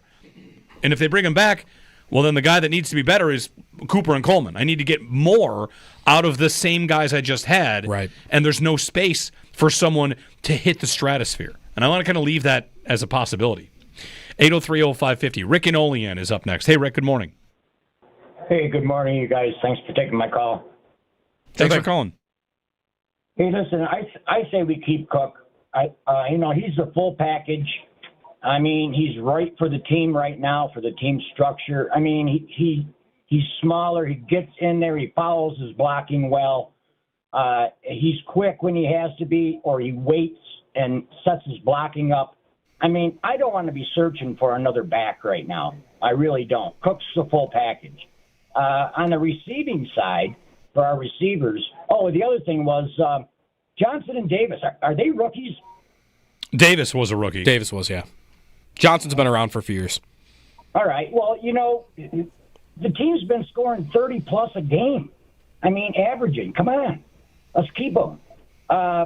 Maybe pick up a running back in the draft, maybe a little bigger back, and let him work into the system.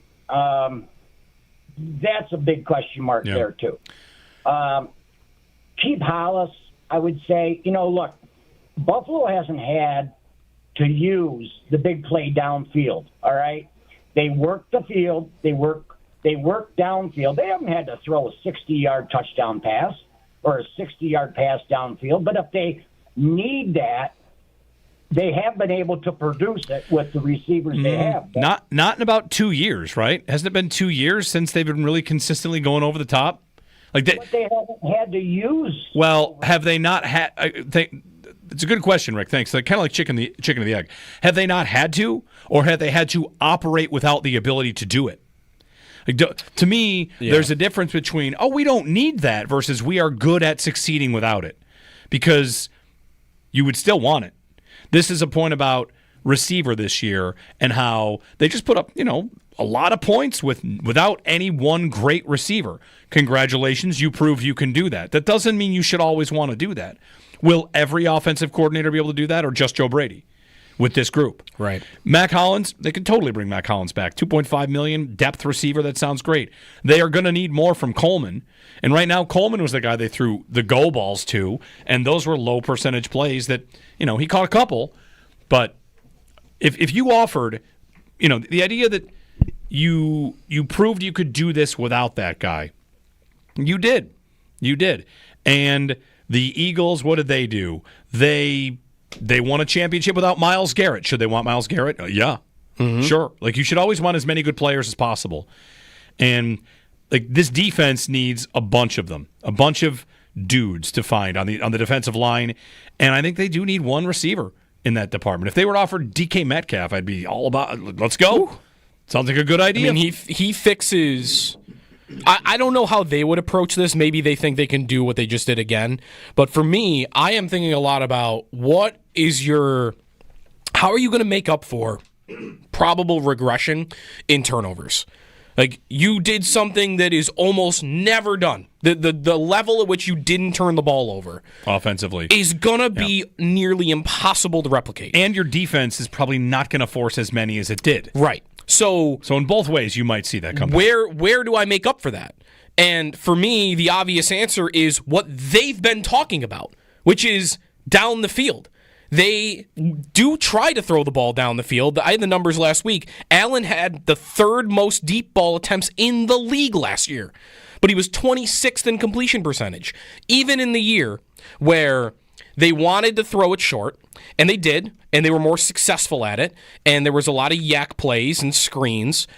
In that year, Allen still wanted to push the ball down the field. He always does. It just didn't work. He throws deep to running backs. And for me, I can't get a ton better with the yak plays, right? I can't get a ton better with the run game, quarterback runs. I'm not exhausting myself. I'm sure you can get a little bit better in all those areas, but I'm doing pretty well at all of that. What's the thing that I can get markedly better so that if I do have a few more turnovers next year and my margin, I don't have every single game where I win that battle, where can I make up for that? It's going from one of the least efficient downfield teams in the league to one of at least one that's middle of the road, if not one of the better ones. I mean, they have a quarterback that they should be one of the better ones in the league, but whenever he throws the ball down the field, it's into tightly contested situations. No one's ever running past a guy. And that's been true for a while. Yeah, Gabe Davis was their downfield option for 5 years, and he's not a separator. He's not a guy that was, some of his plays were, but he wasn't doing that regularly. The last time they really had a guy that regularly could beat a guy over the top was John Brown. Yeah. If it's me, I want the passing game to have fewer screens because screens have to be well choreographed. And what I kind of like out of Josh Allen, the best, arguably the best quarterback in football, had the MVP season, I need him creating. And one of the ways he creates is extending plays, guys getting open further down the field. Every screen you throw might be a well-choreographed play, well called at the time, but it removes the Josh Allen superhero gene from the play. He can't be a hero unless Amari Cooper, pitches it to him and he dives into the end zone. But that's a big part of it, too. That's one of the reasons to get a receiver is to continue to get the most out of Allen when you're going forward. I don't think Allen's going to have the modest statistical season he had for the rest of the time. He's got 4,000-yard seasons left in him, 4,500-yard seasons left in him, 35 touchdown seasons left in him. Think he's got a 5,000-yard season in him somewhere? They're going to have a bad defense for that, right? Yeah, that's probably right. Yeah, which we have a bet on not happening. That's right. Real quick, too, like the Cooper thing, I'm in agreement with you. I actually think you could get better results out of him. And Bean kind of expressed that, like the wrist injury and just showing up here mid-season. He had a good yards per route run number. Like I wonder if you could get more out of him, but that doesn't mean he's the right fit. No, just because he could do better than he did last year doesn't to me mean he's the right idea because he is not fast anymore. And I've told you I'm done with yards per route run because Cooper not being on the field is a sign that they didn't think he impacted enough when he didn't get the ball. I want a guy that they're going to think about on every time he's on the field. Where is he? To me, that's worthy. Every time he's on the field, especially he had those 2 plays in the Super Bowl. You call them garbage time. He had a great playoffs. He had a great game against the Bills. Go into next year, what are defenses going to do? They're going to line up and say, "Where's Worthy?" I have to know where he is all the time, whether or not he gets the ball. I have to know where he is because he'll burn me. Up next, we're going to get to a phone call. Brian in Warsaw. Hey, Brian. Hey, how are you guys? Good. So I absolutely agree we need to re-sign Cook. He is the Bills' best skill player outside of Josh Allen. He's probably one of our most reliable pass catchers. He has speed, something the wide receivers don't have. He punched it in, 16 times this year, knifing his way past O.J. Simpson for the all-time Bills record there. I think you're crazy not to re-sign a guy like that. Offense is what wins games here this year. And, the Bills, the Kansas City game, it still boggles the mind on that 3rd and 4th down play why they don't go to Cook. They ran that tush-push a couple of times, and it was stuffed. You got to get a little bit more creative, involve Cook even more. He kind of reminds me of a Marshall Faulk type, that he's extremely versatile every way.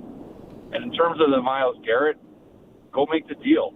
And Josh Allen, being the unselfish guy he is, I think he's got a lot of Tom Brady in him that if you went to him, he probably would restructure his contract again, as would other guys.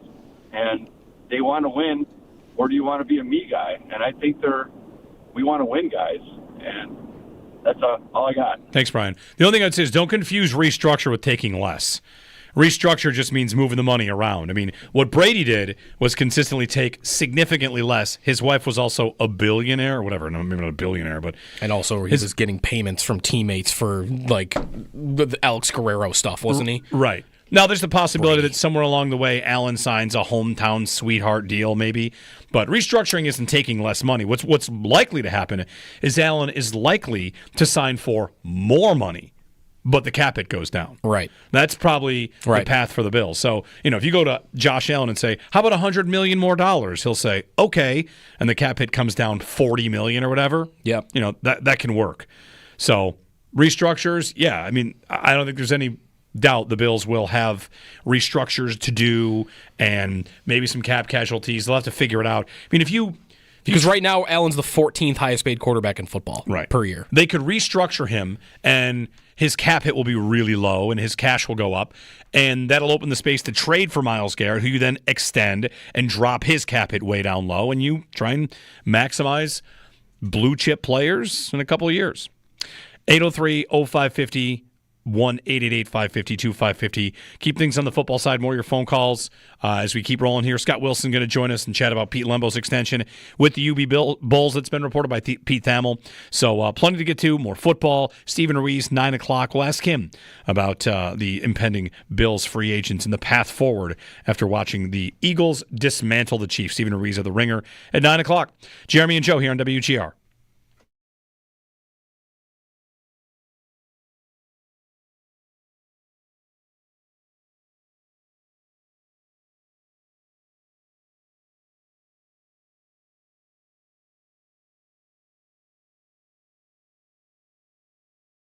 Jeremy White here for Riverfront Auto Sales, 1379 Niagara Street in Buffalo. If you're thinking about your next pre-owned vehicle, think about Riverfront and all the ways they can help you. I can tell you lots of the ways they can help you. Number one, if you bring a tax refund to Riverfront this month, they will double that tax refund. It's tax refund time, and this year Riverfront has got a deal too good to miss. Take Riverfront Auto Sales, your tax refund, and they'll double it up to $2,000. So if you bring a check for $1,000, it gives you $2,000 towards a vehicle. $500 is $1,000 towards a vehicle. And getting that new set of wheels has never been more affordable. Riverfront Auto Sales is all about making sure you get the best deal every time. So it's Riverfront, a family dealership, wanting to help you make that tax refund go farther. They'll double it with your down payment. So a down payment of $1,000 is up to $2,000 now. Riverfront Auto Sales. This February, take your tax refund to Riverfront. They'll double its value. For more details, visit riverfrontautosales.com or call 886-1626. Must mention offer. Cannot be combined with another discount. Stop by Riverfront. Test drive a beautiful late model vehicle at 1379 Niagara Street. They're online at riverfrontautosales.com.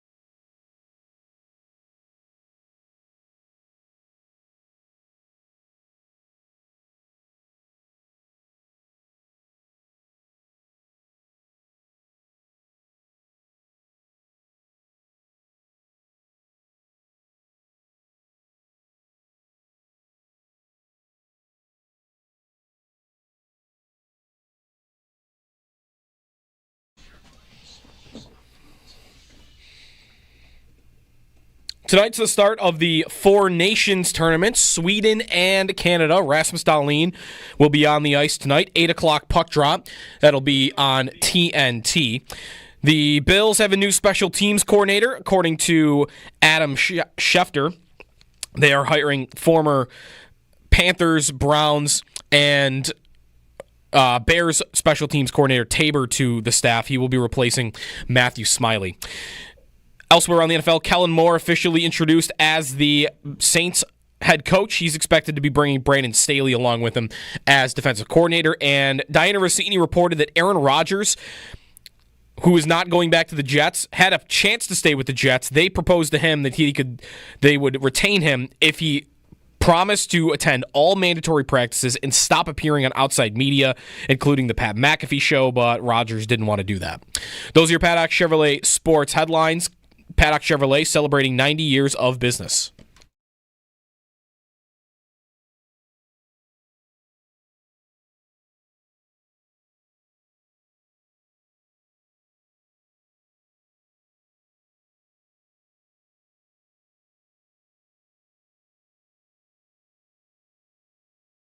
I think they would like to have a tournament like this that's expanded to include some more countries, maybe 6, maybe 8. You remember in 2016 they had Team Europe and Team North America. I don't think we'll see that again. I think they're aiming for 2028 to have another World Cup, and I think it's great because you see what it means to these guys.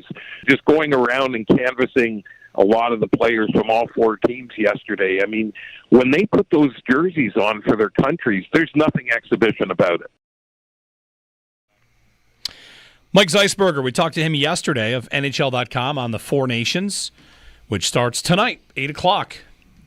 I'm excited. Yeah, I'm unreasonably excited. I don't know that it can meet the expectation I have. I was talking to Owen about this in the break. I've got on Saturday night on ABC, like Matthew Tkachuk and Jordan Binnington just fighting each other. It's not bad. As it's like 6-5. Maybe it might be that good. Might be.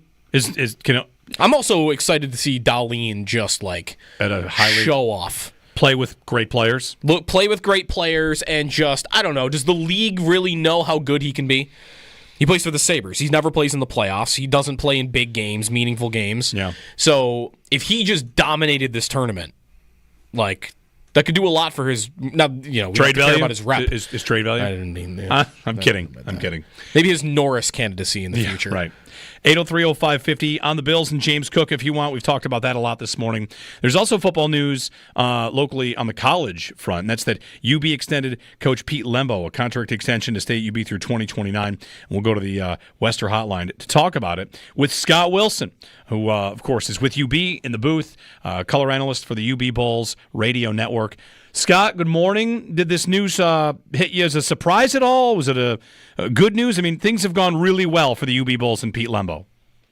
Good morning. Yeah, it did not surprise me at all, and I think the university did a good job here getting out in front. I know that with some of the Group of 5 openings, head coaching openings this year that were available, I think that there were a lot of teams starting to sniff around.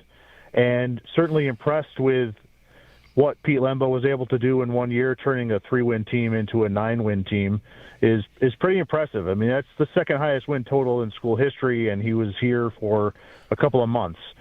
So they want to get out in front of that and lock him up long term. And along with the contract, he got a little bit of a pay bump, which is always nice. And then also they bumped up his assistant coaching pool money.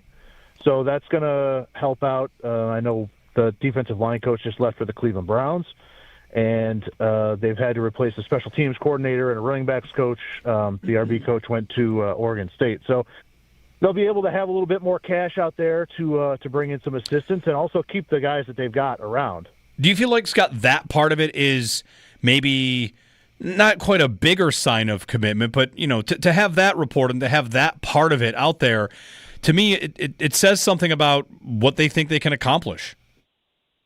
Yeah. To be able to retain the assistant coaches that you've got is a big deal, at a Group of 5 school. Being able to have that continuity, which when you saw the Bulls, or really any Group of 5 team, but specifically the Bulls when Coach Leipold was here, one of the really big reasons why they were able to sustain success was the continuity on the coaching staff. They had very little turnover. Everybody knew everybody. It was a very family-like atmosphere. They were able to retain a lot of the players with the transfer portal, and I think we've seen a lot more of that type of attitude come back with this staff. The Bulls had, aside from the service academies in Notre Dame, had the lowest number of kids enter the portal.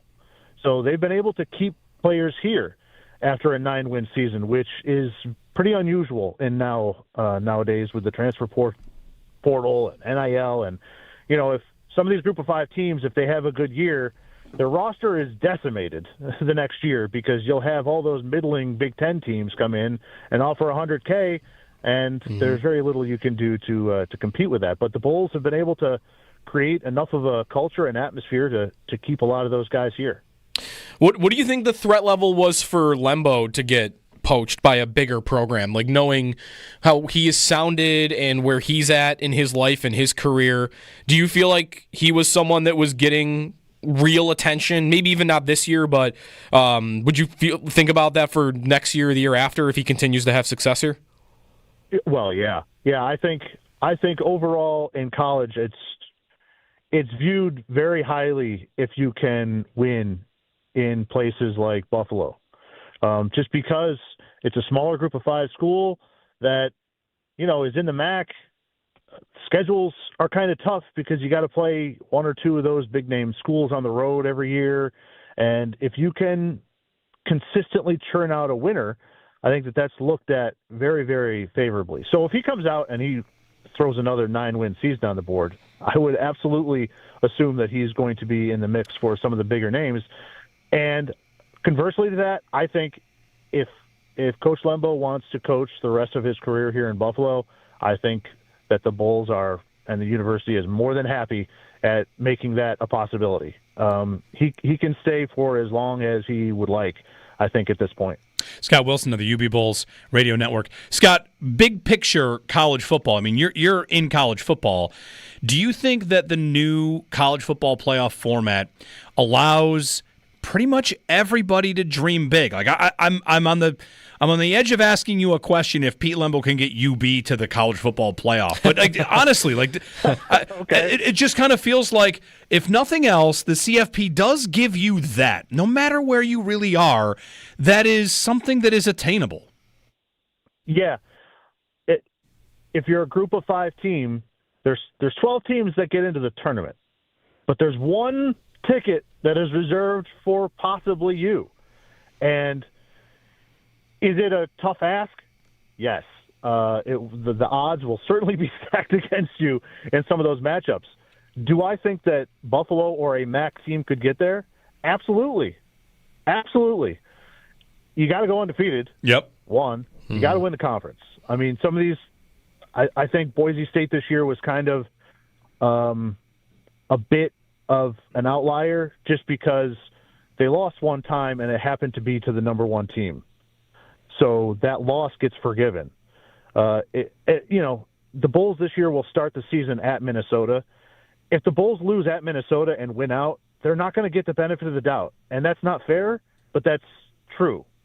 So if you're looking at, can UB make the run? Yeah, I think it is. I think it has to be a combination of scheduling, and you can't make any errors.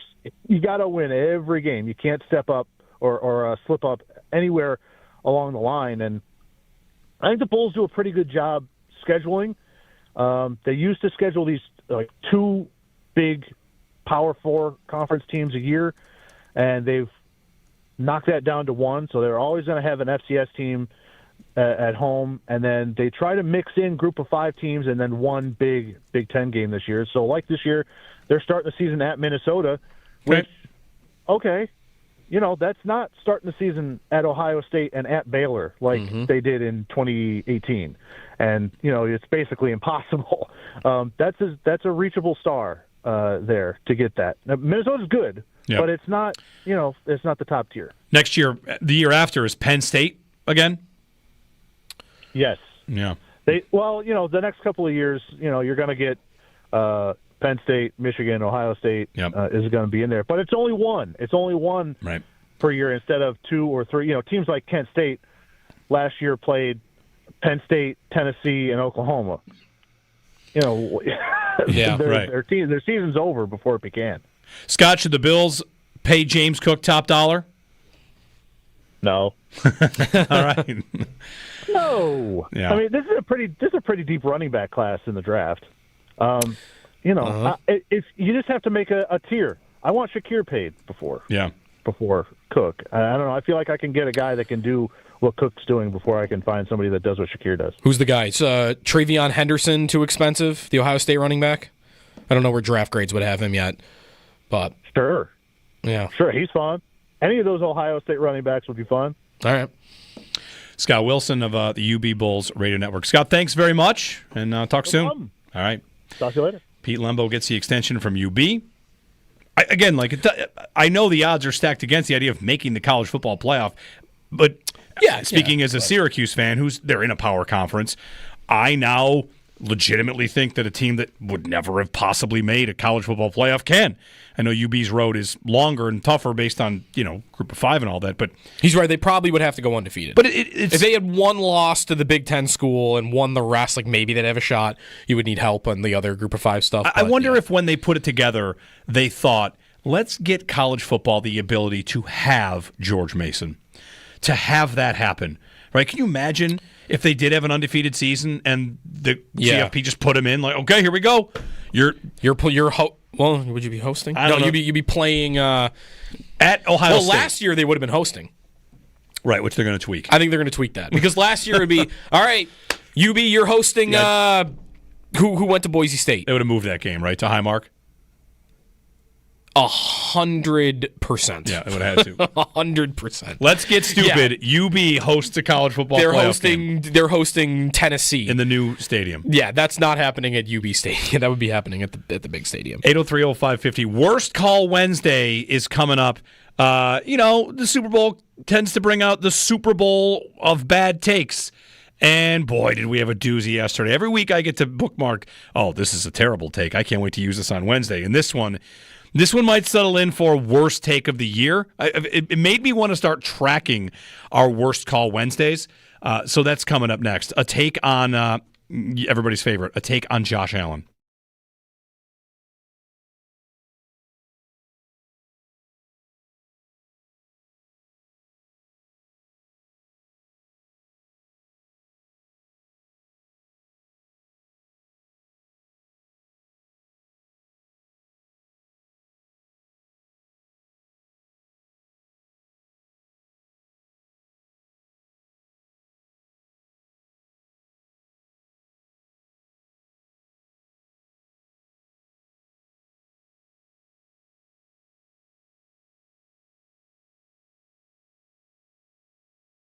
Jeremy White here for FanDuel Sportsbook, official partner of WGR. March is approaching.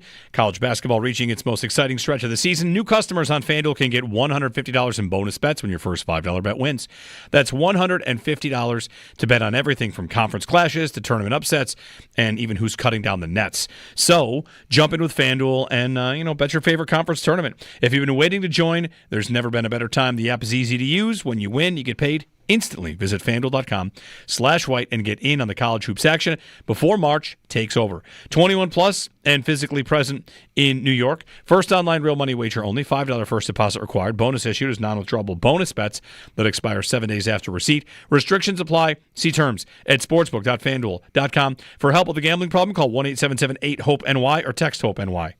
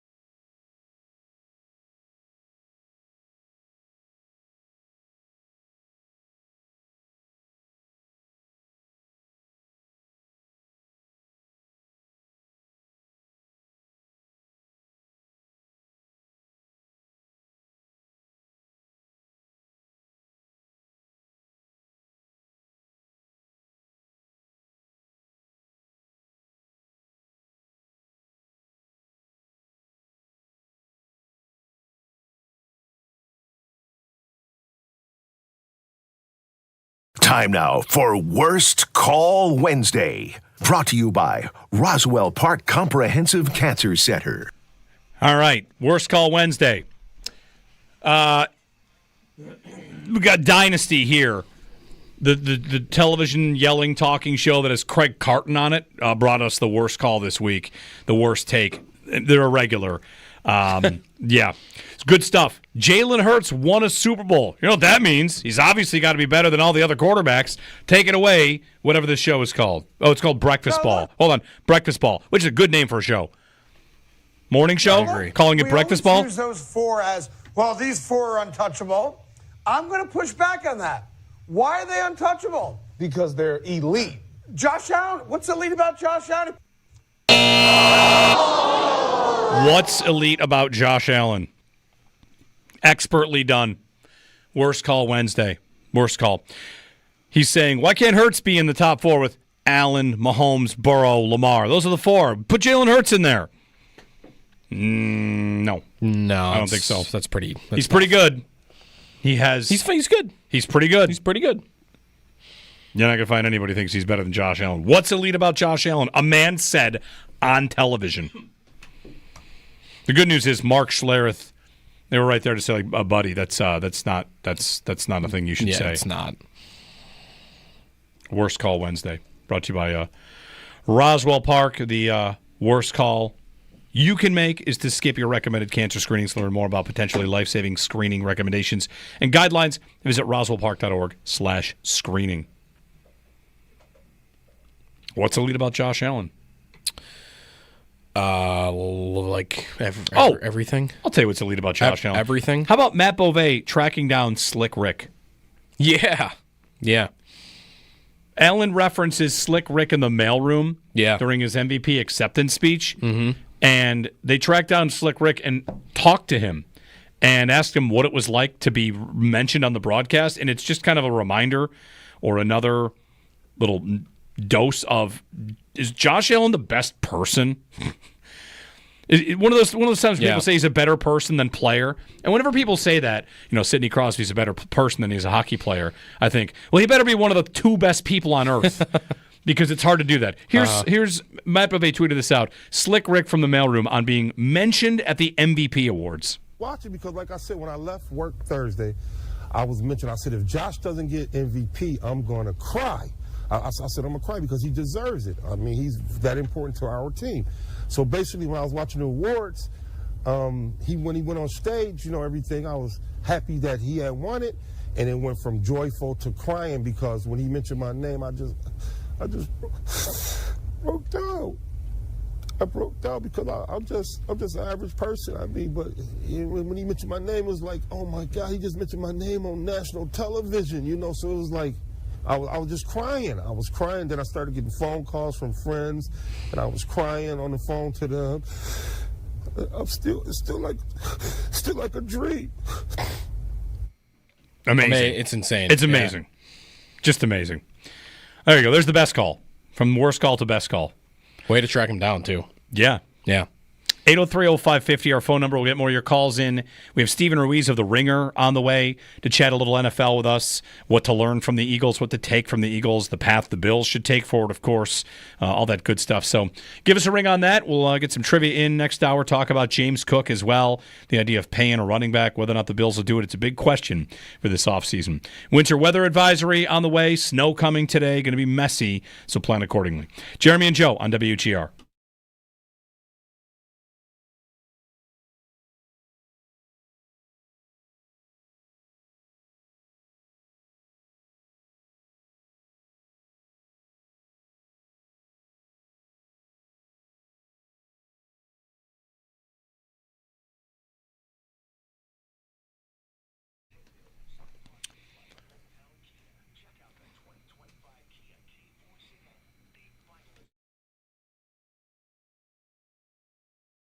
Jeremy White here for Atwell Eye Care. Are you suffering from excessively itchy, sticky, watery, or red eyes? These may be symptoms of dry eye. Without proper treatment, inadequate tears can make daily activities frustrating. Be sure and attend Atwell's free Dry Eye Goodbye Lunch and Learn today. It's going to be at 3095 Harlem Road, 11:30 this morning, so grab some lunch. If you're someone that suffers with these issues, learn all about your treatment options, along with a Q&A with Dr. Catherine Gibbons. It's a Dry Eye Goodbye event today at Atwell's Harlem Road location in Cheektowaga, 3095 Harlem Road. Register at atwelleye.com and get there for a lunch and learn. You get something to eat and drink and get your questions answered. Get everything you need to know, information on how to help with your dry eyes, watery, red eyes. Answers coming from Atwell Eye Care. 3095 Harlem Road in Cheektowaga. Register at atwelleye.com. That's atwelleye.com. Official eye care provider of the Buffalo Bills. The eye care I trust for my family. It's Atwell Eye Care.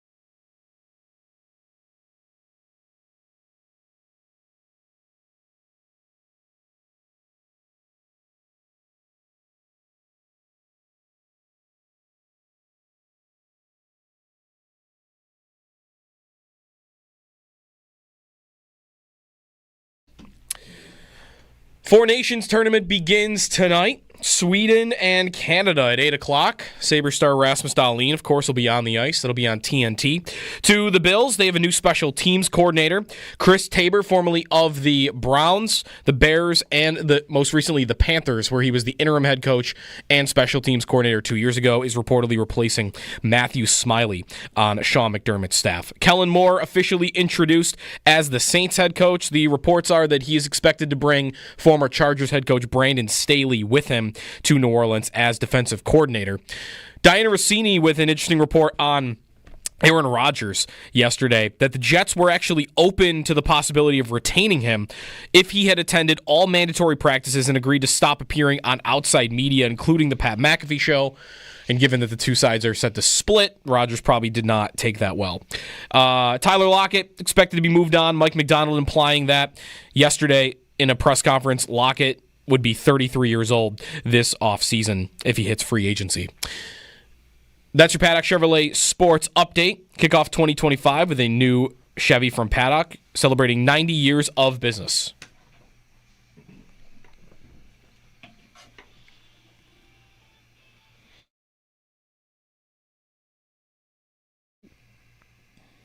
Yeah, he built an offense that was catered to the skills of the quarterback, right? And you certainly saw that on display in the Super Bowl, getting Jalen Hurts running downfield, north-south, setting up those throws outside the numbers that he excels at. Jalen Hurts throws outside the numbers at a rate maybe higher than any other quarterback in football.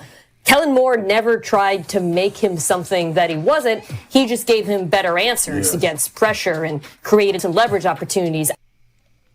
Mina Kimes of ESPN on the Eagles. We're going to get to the Western Hotline, talk with Stephen Ruiz of The Ringer on the Eagles, the Super Bowl, a bunch of different things, the fallout. Jeremy and Joe, good morning. And joining us on the Western Hotline is Stephen Ruiz. Stephen, good morning. Good morning. How you guys doing? Good. Question for you on the Eagles. Like, we're here in Buffalo, Stephen, so you know we live our lives watching the Bills knock on the door, wonder when they're going to break through. I don't know if we're talking about the Bills reinventing the wheel every time, every year. Do you think there is something to be learned from the Eagles? Because, you know, there are a lot of different ways to build a team. To me, the Eagles, what they did was they had a bunch of awesome players, and I know that's kind of simplistic. Is it more complex than that? Like, what is Philadelphia really built here besides just stacking talent? It's not only that they have good players, it's where they have those good players or where they have their best players, and it's in the trenches. And I think Buffalo has started that process where they're going to be a team that could beat teams in the trenches. We saw that on the offensive side at least this year. And I think Sean McDermott, after the season, kind of mentioned that. Like, you have to get better in the trenches. And I think looking at the Bills, how they can improve going into 2025, I think it's on the defensive line, and it's building something similar to what Philadelphia had. You saw how dominant that defensive line was in that game, and I thought it really made the difference in the result. Yeah, the Bills have invested a lot of assets in edge, but not that much at tackle. And if there's anything that might change going forward, they've drafted 2 defensive tackles since 2019. It's Ed Oliver, and then nobody until this last year, Dwayne Carter. They've been a team that's kind of, I don't know, felt like they can get by at defensive tackle, some free agent signings. For Philadelphia, that's a spot they have, of course, attacked very aggressively. Yeah, I agree. And I think, like, interior defensive line, it helps you on early downs. It helps you in late downs. And I think that's what the Bills have to figure out, is how to get the defense rolling in both scenarios. I think last year they were really good on early downs, especially against the run. It's kind of counterintuitive because they are a lighter team. They play a lighter style of defense. They rarely come out of nickel. And you would assume that would help in passing situations, but they were worse in passing situations than they were in run situations. So I think that's the concern with Buffalo. And I really think you have to re-examine the base structure of your defense, because they have been hit hard by injuries over the last couple of years. That's why it's so hard for me to criticize Sean McDermott and the plays he's calling whenever the defense doesn't play well. But when you're asking lighter guys to go up against heavier guys, injuries are going to happen. So I think you got to kind of re-examine all that and take a step back and ask yourself, is this the right way to approach playing defense in this modern era of the NFL? Stephen Ruiz with us on the Western Hotline. So is it a slam dunk for you, like it is for Bills fans, that they should just go pay whatever it costs for Myles Garrett? Is it that easy? I mean, you can laugh and say, yeah, that's a simple approach. But, like, when you look at the Eagles' approach to building a roster, I've always made this joke that Howie Roseman just goes after guys you've heard of. Like, he drafts the big names, the guys that are higher on the consensus mock draft board. He sends a pick to guys that you've heard of, or he trades a pick for guys that you've heard of that have had past success. I really think it comes down to stacking talent. And when you have known commodities, you just go for it. And maybe you overpay a couple times.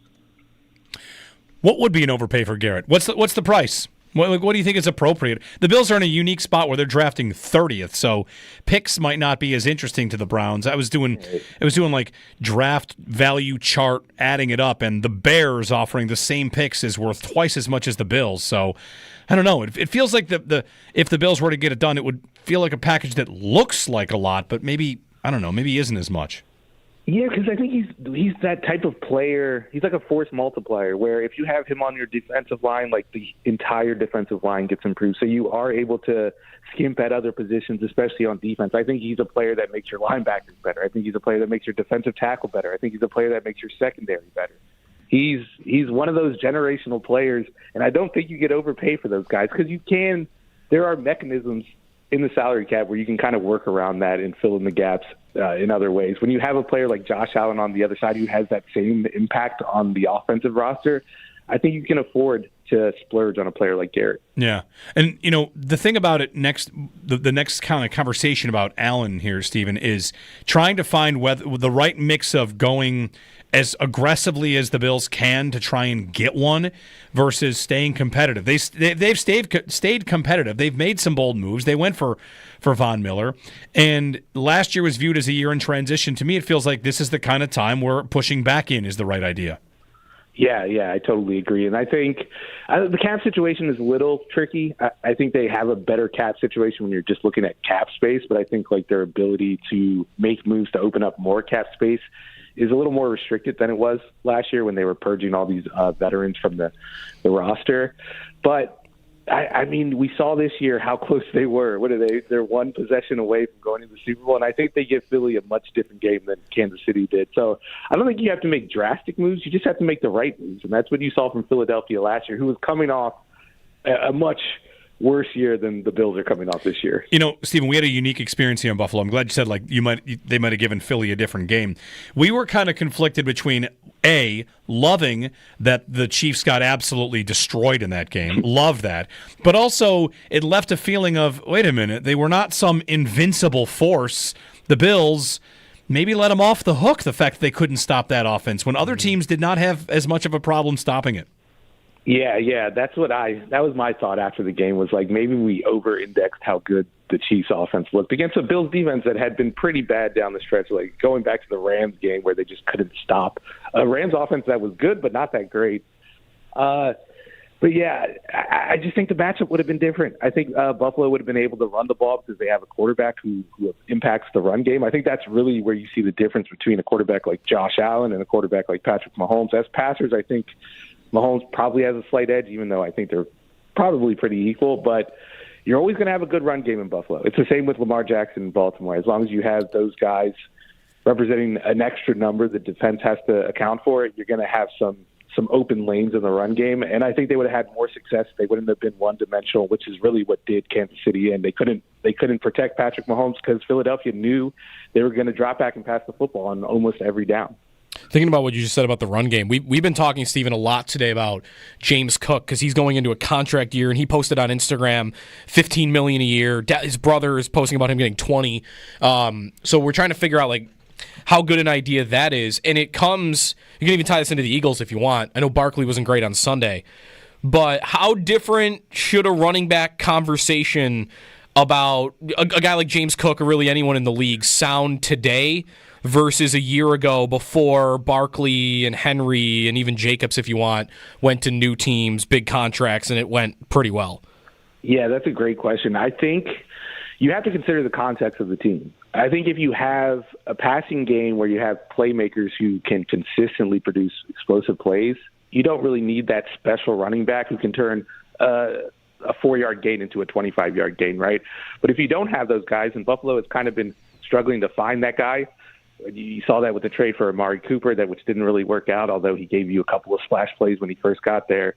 I think you have to consider it. I think you have to consider maybe overpaying compared to market prices, a running back who can turn those 4-yard gains into 25-yard gains.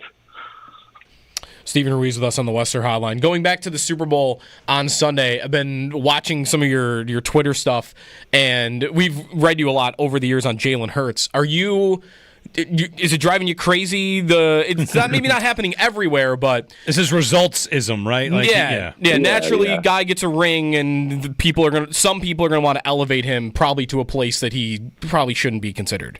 Yeah, I think a lot of people are forgetting that it was a 20-week season and not a 2-week season. But I have to give Jalen credit. Like the last 2 weeks, he played well. He played like his 2022 version of himself, which I don't think he had reached over the last 2 years.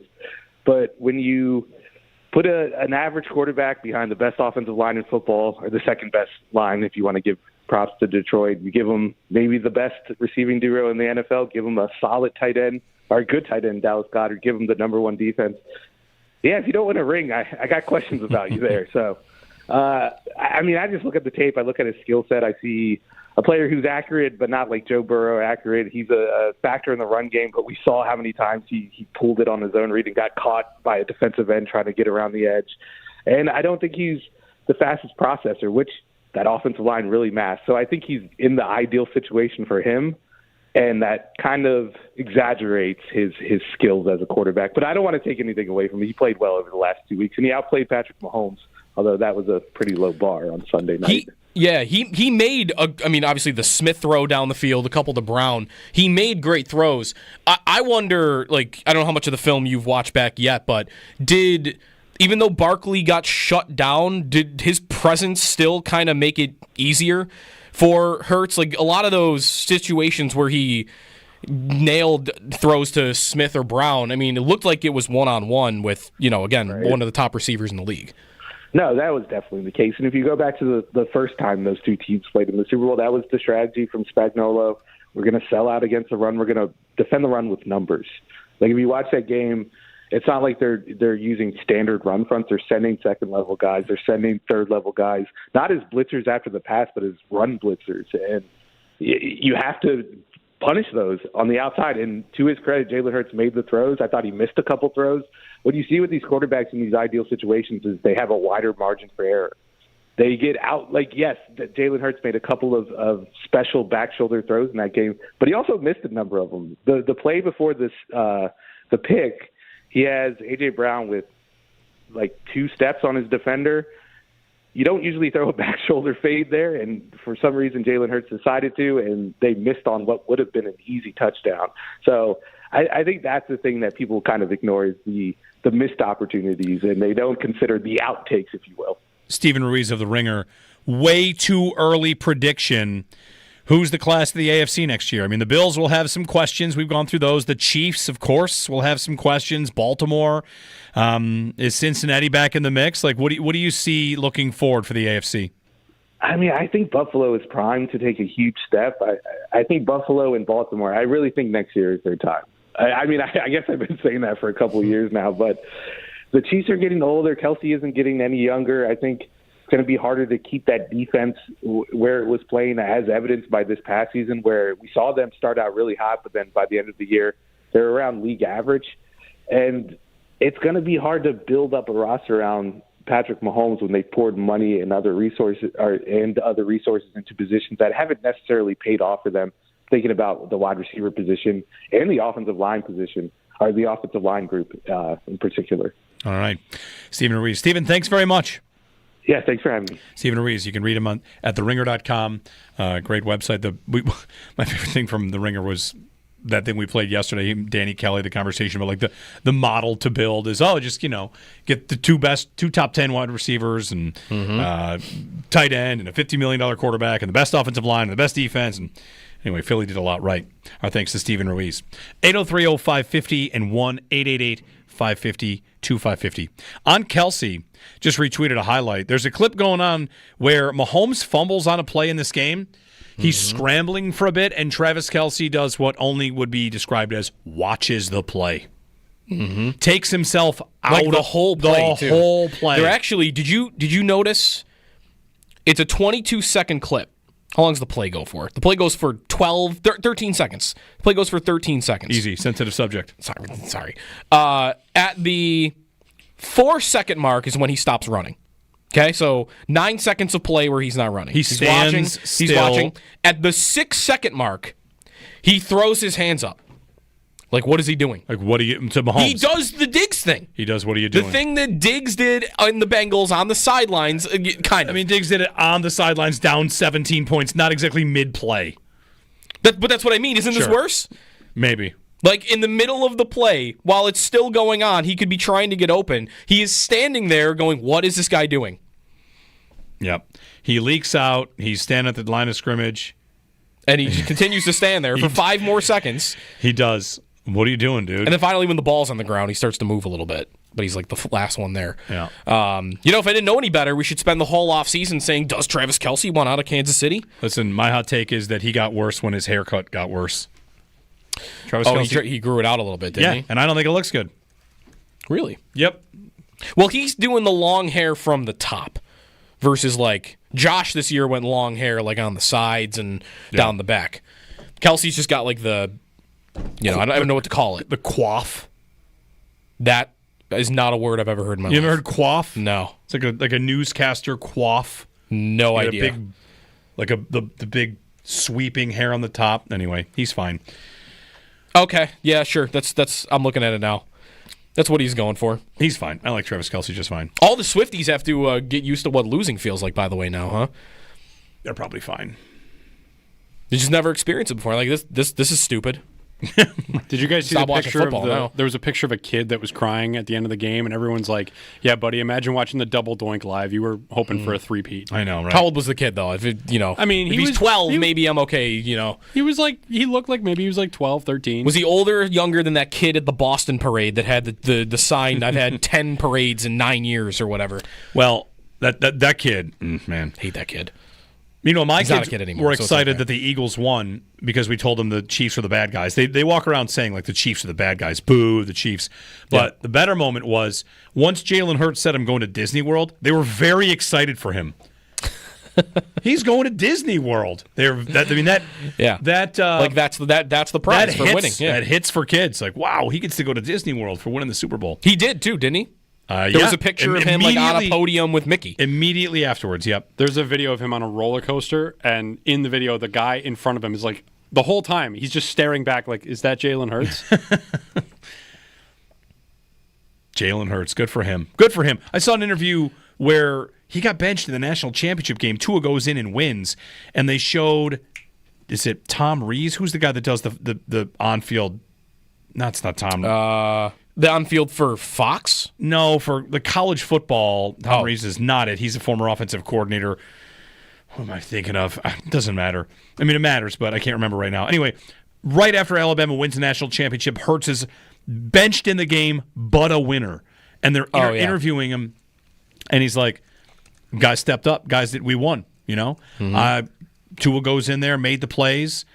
And hard it must have been to be benched in the game, and then your team wins. Yeah. You win. You did win, but you're the guy that got benched so that you could win, that your team could win. And he had, just a great message. So a lot to like about Jalen Hurts as a player and as a person. 803-0550 to join us. 1-888-550-2550. Dan in Ellicottville is up next. Morning, guys. Morning. I actually think you have to sign Cook to not like nothing ridiculous, but definitely top 6 to 8 money. I think he's definitely in that range. I mean, if we're going to be a 50-50 run-pass split, which is essentially what they were this year, which is kind of shocking compared to what they were the previous 3 years, I just think you have to sign what's arguably your best offensive weapon outside of Josh. Yeah, I don't think it'll play well in the locker room if you don't, especially for a guy who's made less than $6 million so far. And I wouldn't, you made the point earlier, Jeremy, I wouldn't blame him for holding out because you blow a knee out, especially at that position, your career could be over, which is why I never understood Chase playing this year for $1 million and not continuing to hold out. I mean, the risk he took to put up a historic season was just amazing. The other thing I don't understand, and don't get me wrong at all, I love Khalil Shakir, but I don't know how you can pay a guy $15 to $20 million who might, in his best year, hit 90 touches, 1,100 yards, maybe 5 TDs, to a guy who's going to get 250 touches, with significantly more yards and TDs. And I know the wide receiver dynamic is different than running backs, but that's now shifting a little bit. I mean, I get it. Number one receivers are gold. If you have one like a Chase or a Jefferson, you got to pay them. But I just don't understand how you can pay that much more to a guy like Shakir, who might be, I don't know, the 40th best receiver in the league, which is effectively a number 2 receiver, versus a guy who's a top 10 running back and probably your best offensive weapon outside of Josh. So that's what I got. Thanks, guys. Thanks, Dan. You kind of echo what Steven said there, which is a good way to say it.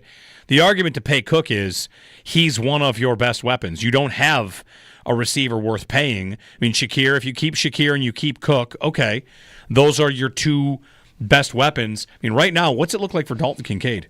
Does Dalton Kincaid get the 5th-year option? He must, right? He must. He would have to have a better year than he's had in his first 2 seasons. Are you sure? Yes. 100%. You think if he had the year he just did 2 more times, he's getting the 5th-year option? Or one more time? They have to decide, right? That's what I'm saying. They have to decide by this year. The thing about the 5th-year option if he has 400 yards and 2 touchdowns, they are not giving him the 5th-year option. To not pick it up is, you know how teams do this. They say, oh, we're betting on the player. He's betting on it. But to not pick up a 5th-year option on any first-round pick is to admit that it didn't go well, I think. And it would be true. I know. Through 3 years, it would be true. Like, then why didn't they pick the 5th-year option up on Kyer Elam? Because he's bad. But okay, so just they admitted that one's bad. This one, I feel like could be a bigger admit. I mean, Kincaid's on the field. Elam's not on the field, so why would you pick that one up? Anyway, thanks, Dan. To your point about like Cook as your best weapon, that's not wrong. And I might not think it's ideal for your best weapon to be the back, but the way they're built and the way they play. I would like there to be a future, though, where that's not true. Yeah. Like in this year. Like, it would still be hard for me to believe if you told me that next season James Cook is their best weapon on offense that isn't Josh Allen. I'm nervous about that. I'm not predicting them to win the Super Bowl then. They still might, but I wouldn't love that idea. Steven in Florida before the break. Hey, Steven. Oh, I think he's not there. Hello? Hey, go ahead, Steven. Hey, good morning, guys. Yeah, before I get to James Cook, I just wanted to say it'd be great if somebody could come up with a musical theme in contrasting what happened with the Super Bowl. And what I mean is 3 things. First of all, show Trump being given a hero's welcome by the crowd there, contrasted with the fans booing Taylor Swift. Secondly, of course, what the defense of Philadelphia did to Mahomes. And then thirdly, seeing the look on Nick Wright, or as I call him, Nick Wrong's face, being mocked by his co-host there on First Things First. So, and the theme of that would be the song by Bill Haley and the Comets, Shake, Rattle, and Roll. I think that'd be a great meme. All right. Very good. Did you notice Matt Ariza got booed every time he went on the field? I did notice that. Every time. Also, he was very really. bad. Also, every Chief got booed. He was very bad in this game. That's why Taylor Swift got booed. Why she was in a Chiefs jersey. Why are you booing the punter? You're getting the ball. Yeah. Eagles fans, right? Yes. The stadium was Eagles fans. They booed Santa. It was being pointed out by everyone in the stadium that it was as one-sided a crowd as they had ever seen for a Super Bowl. And I saw some people were replying to that with, well, that's just the Chiefs getting bored with their own success. That is exactly right. Oh, how could you have Chiefs fatigue? Why don't you appreciate greatness? I saw another good take, though, that I don't know how true this would be, but it kind of made sense. That imagine you're a Chiefs fan, season ticket holder, you go to every game, and like if this were you were a Bills fan, like if they're going to the Super Bowl and you're a Bills fan, like I'm going to that thing. Mm-hmm. If I go to every game, if you're a Chiefs fan like that, the constant Super Bowls, you're spending, someone calculated, like over the last 5 years, you would have spent like no excuses $50,000 to go to all of these games. Like nope. There would be people that just could not, like you'd be going bankrupt. Bankrupting yourself going to all these games. No excuses. You're supposed to appreciate greatness. Why aren't you there? Well, you're out of money. We're getting yelled at about how we aren't appreciating them enough, and the Chiefs fans didn't even show up for their own game. They deserved it. Break time. Trivia. What else we got going on? I'm so excited for this hockey game tonight. Unreasonably excited. Canada. I got to read you Rooting for Sweden. Okay. Actually, no. Oh, I want Canada and U.S. in the final. Maybe I'm rooting for Canada. On the Four Nations, Pierre LeBrun, I just saw a piece about Jack Eichel that I want to read you a couple of quotes from. It's not Pierre LeBrun, sorry. Michael Russo, The Athletic, quoting former teammates Zach Bogosian, Marcus Foligno, among others, on Eichel leading the U.S. into the Four Nations. Get you a little bit of that here on WGR.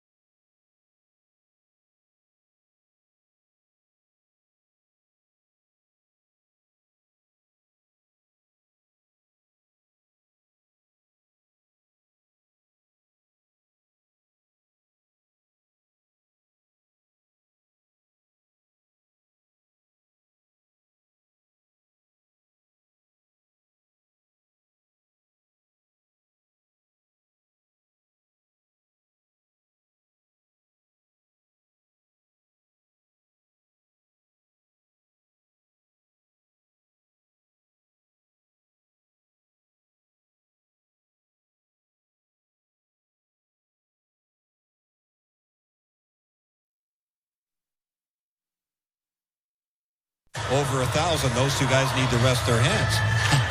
Cirelli was 9 of 14 yesterday, 64% against Detroit.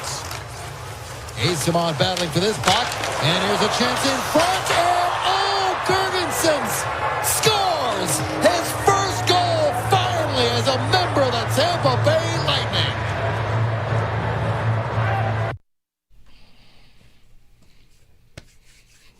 Zemgus Girgensons' his first goal to Lightning happened on Sunday.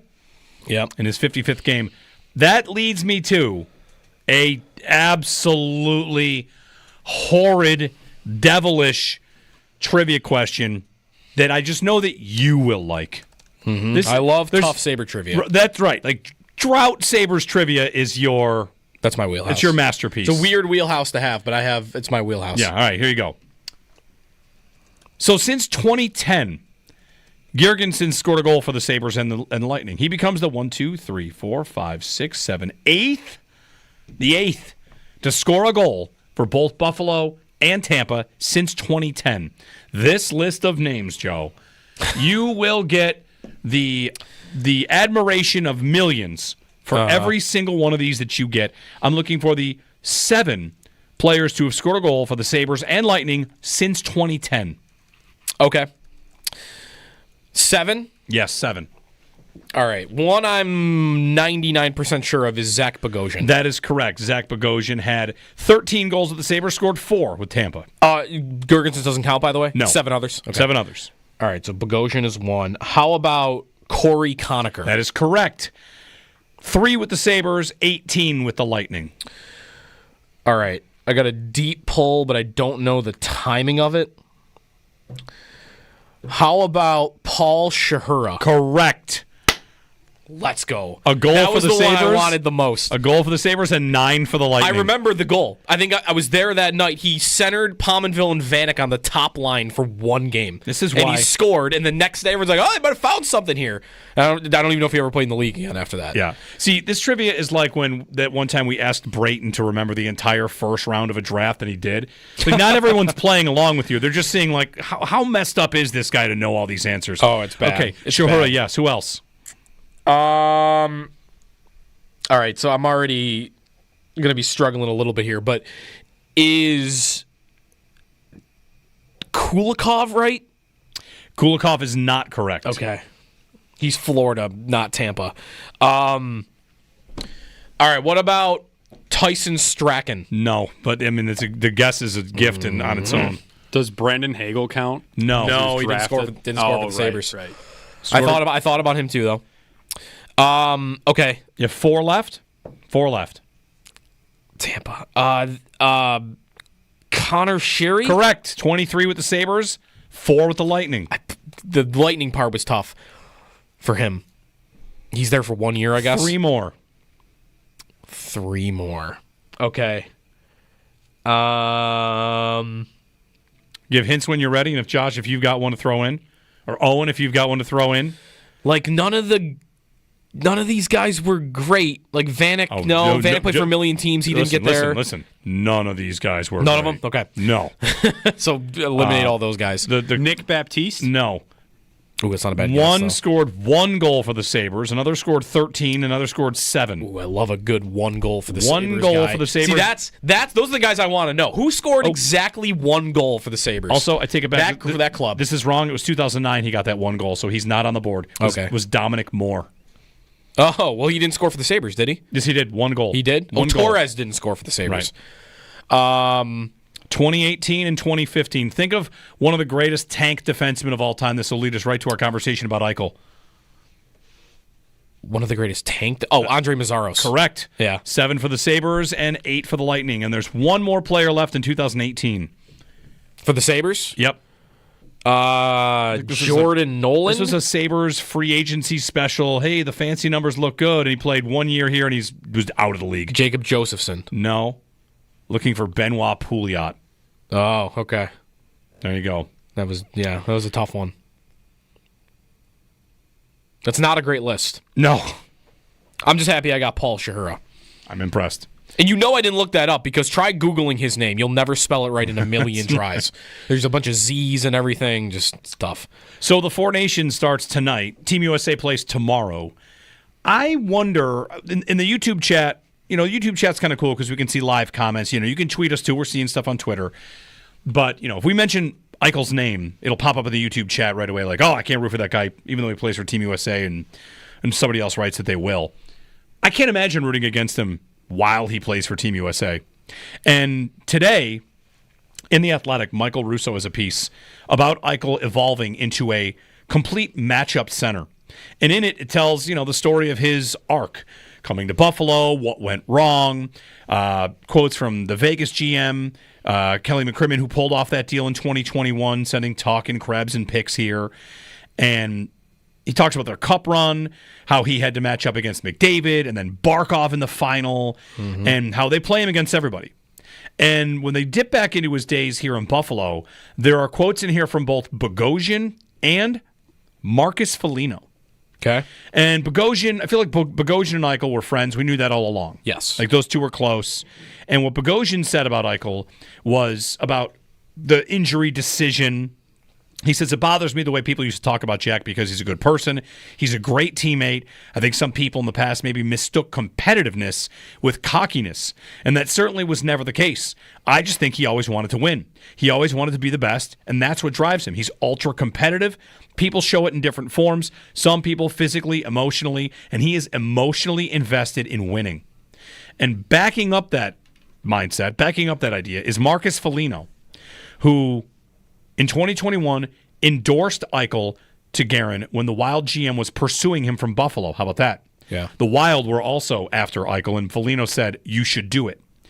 And he said to Michael Russo, Foligno said, he had this perception he couldn't get along with guys in the room and was egotistical and arrogant. I feel like all that stuff came from when they lost. And I'm like, the guy is pissed off because he's losing. It's not because he's not getting points. It's not because of his ice time. He came from college and done some things with the national team. He's won, and he wants to win the Stanley Cup. And in Buffalo, all he did was lose and lose and lose. Foligno on Eichel. And for me, that is all just the most obvious and most predictable thing ever. Yeah. Easy peasy. Easy. Why is he a jerk? Because he wants to win, and he doesn't think this place wants to hard enough. And has there ever been anything that's been more clear as day? And since the day the trade went down, since the day he spoke about his surgery, that everything was going to go pretty much exactly the way that it has gone. He got the surgery.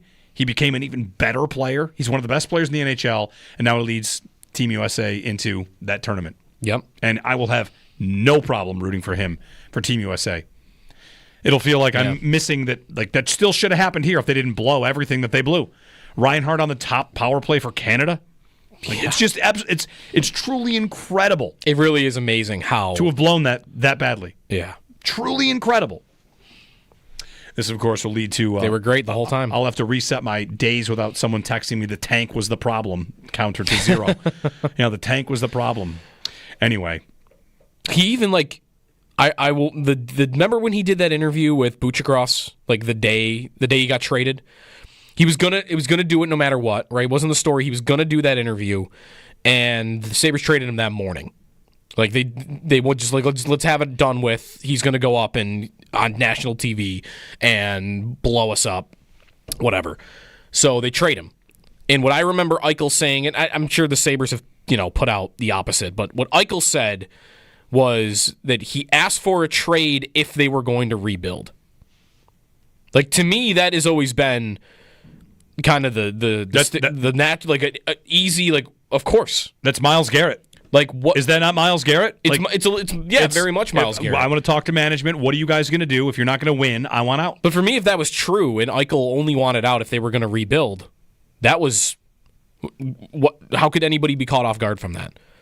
How could anybody be surprised by that? How could the Sabres be surprised by that? He would have been going into year 7 in the NHL, and you were going to try to tell him at 25, never having won, hey, we're tearing it down and starting it over. Well, maybe by the time you're 29, will be winning. Who that isn't from Buffalo would you ever expect to say yes to that? And I always, like, to Foligno's point about the competitiveness of it, or like him being a competitor and like wanting to win, like, because he always had crazy workout regimens that he talked about and were detailed from the Sabres when he was here. Like, the dude put in the work, clearly. I always felt like if he was okay staying here with no local ties to the area, like as a kid, if he was okay staying here past year 7, knowing they were going to a rebuild, I don't think that dude cares about winning enough. Like, someone that would be okay with that. Like, I would want to question that person's competitiveness. How much do you want to win if you're okay going into like a potential 3-year rebuild that you don't even know you're going to come out of? So, like, I never really started the turn against Eichel until like Vegas night. You get swept up in it. He talks the way he did after the game. Right. At that point, he's a villain. He's on somebody else's team. That's fine. Yeah. Like, that's, to me, that's fun. But to me, the idea that he wanted out when he wanted out, given what the Sabres' plan was, to me was like an automatic. It was an automatic. So I'm no problem rooting for him at all. 803-0550 and 1-888-550-2550. I had one more thing I was going to mention right there. What was it? Joe? It was a follow-up to what you just said. Was it about the Lightning trivia that we just did? No. I've got so many funny answers that were being texted and tweeted in. I apologize for the Lightning trivia. Someone guessed Matt D'Agostini. I don't know if he ever played for the Lightning. I couldn't turn it down. T. Higgins, like the best wide receiver to hit free agency in a long time, by the way, while we're at it. There's no chance the Bills do that, right? 0? 2? 5? What's the percentage? I don't think he's the type that they need. I agree with that, but isn't he better at that stuff than everybody they currently have? Yes, I would want T. Higgins if the Bills didn't plan on trying to grow Keon Coleman into some version of that, which I don't think Keon Coleman is anything close to T. Higgins really at all. I really don't know what to make of Coleman. You know, I was optimistic about how they could use him, and it looked fine early, but it really went away. And that'll be a big question mark going into next year. I just don't know what to do with Coleman right now. Most times you're talking about a receiver like Metcalf or T. Higgins, I think. Great instead of Keon Coleman, but you know, he's here. So that means I need somebody else, different kind of guy. It's like, don't want Kupp, don't want Tyler Lockett. There's a lot of guys I can tell you I don't need. Hollywood Brown, I think, could make sense for the right price. Mm-hmm. All right, Extendo Sports coming up, 803-0550 to join us if you'd like. Four Nations starts tonight. Get excited.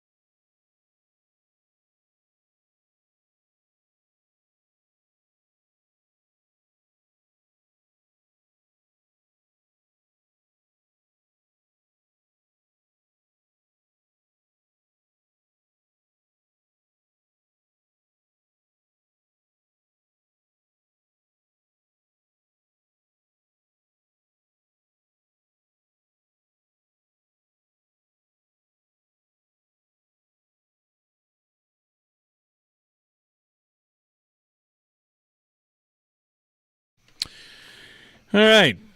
Wrapping things up, we've got video of Travis Kelce talking on the New Heights podcast with his brother. It sounds like he gets a little choked up almost for a second there. And he's talking in a past tense sense, a way that, like, I'm sorry for how it ended. Yeah. Well, he could just be talking about the season, but it sounds like he's more talking about his career when he's, I don't know. Yeah, we'll have to see. All right. See what happened to the Mavericks game last night? People got kicked out and booed. Holy cow. It is ugly. It's an ugly scene. I wonder if they can't be surprised, can they, at how negative and how ugly it is trading Luka away like it's been? They should not be surprised. Shouldn't any sports franchise that trades away a star of that magnitude know what's coming? Like protests, like 2,000 fans outside the arena before protesting. They're yelling at Mark Cuban, who still sits on the sidelines, even though he's not the controlling owner. Fans are getting kicked out for yelling, "Fire the GM." That's another thing.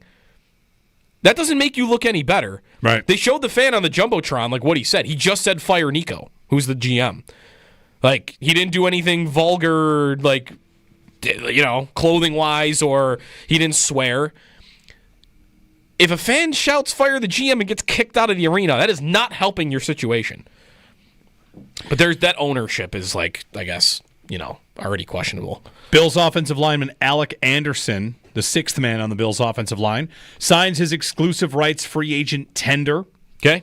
So he'll be back with the Bills. Wouldn't surprise me if they extend him. Sal, on exclusive rights free agent tenders, quick 30 seconds, like what that all means. You think there's probably an extension coming from him? No, it doesn't have to be this year. It just means he's in one more year.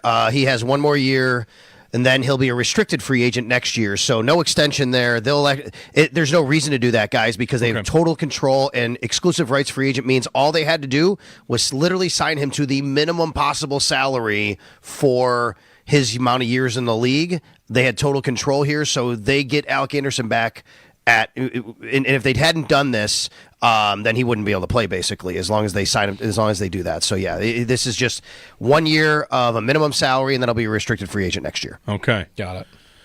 All right, well, that's good. I mean, he plays an important role for this team, for sure. Anytime. And guys, look at the chart I put up all the time about the Bills and where their situation is with contracts. The entire offensive line is under contract except for Tommy Doyle, whose career is under question because of his injuries, and Will Clapp, who they could probably bring back. I mean, but that's it. Everybody else is under contract. Everybody. Also, thanks to the YouTube chat for helping us get to the bottom of the mystery. They were not booing Matt Ariza when he punted in the Super Bowl. They were chanting "Coop" for Cooper. Who's going to return? Oh, right. Okay. Which that makes sense. Which makes sense. All right, good. What's coming up in the Extra Point Show, Sal? We got a couple things today. Jeremy, you might want to hear our buddy Brent Axe is coming along after last night. Again, another terrible performance from Syracuse basketball. And I didn't even book him because of that. But I'm more apathetic about Syracuse basketball than ever before. It's just really, seeing this happen is terrible. But the football team's been very good. But really, covering college sports in this new landscape, I want to know what it's like for him. Yeah. There's such a new landscape to cover college sports. You never know what's going on. So we'll have him. Four Nations Face Off, that's at 10:30. Four Nations Face Off talk with Paul Hamilton at 11 a.m. What's the right approach for James Cook's contract? I know you guys have been talking about it. We'll get that. And then I have something special planned. I'm going to rank 1 through 7, every NFL team who hired a new head coach, 1 through 7, according to how well they did based on what they needed. Nice. Joe and I are going to draft next year's coaching openings today, but we ran out of time, had too much going on, so we'll do that tomorrow. Ooh, we'll do that tomorrow. All right, Sal, thank you. Sal's coming up with the North Carolina Automotive Extra Point Show here on WGR.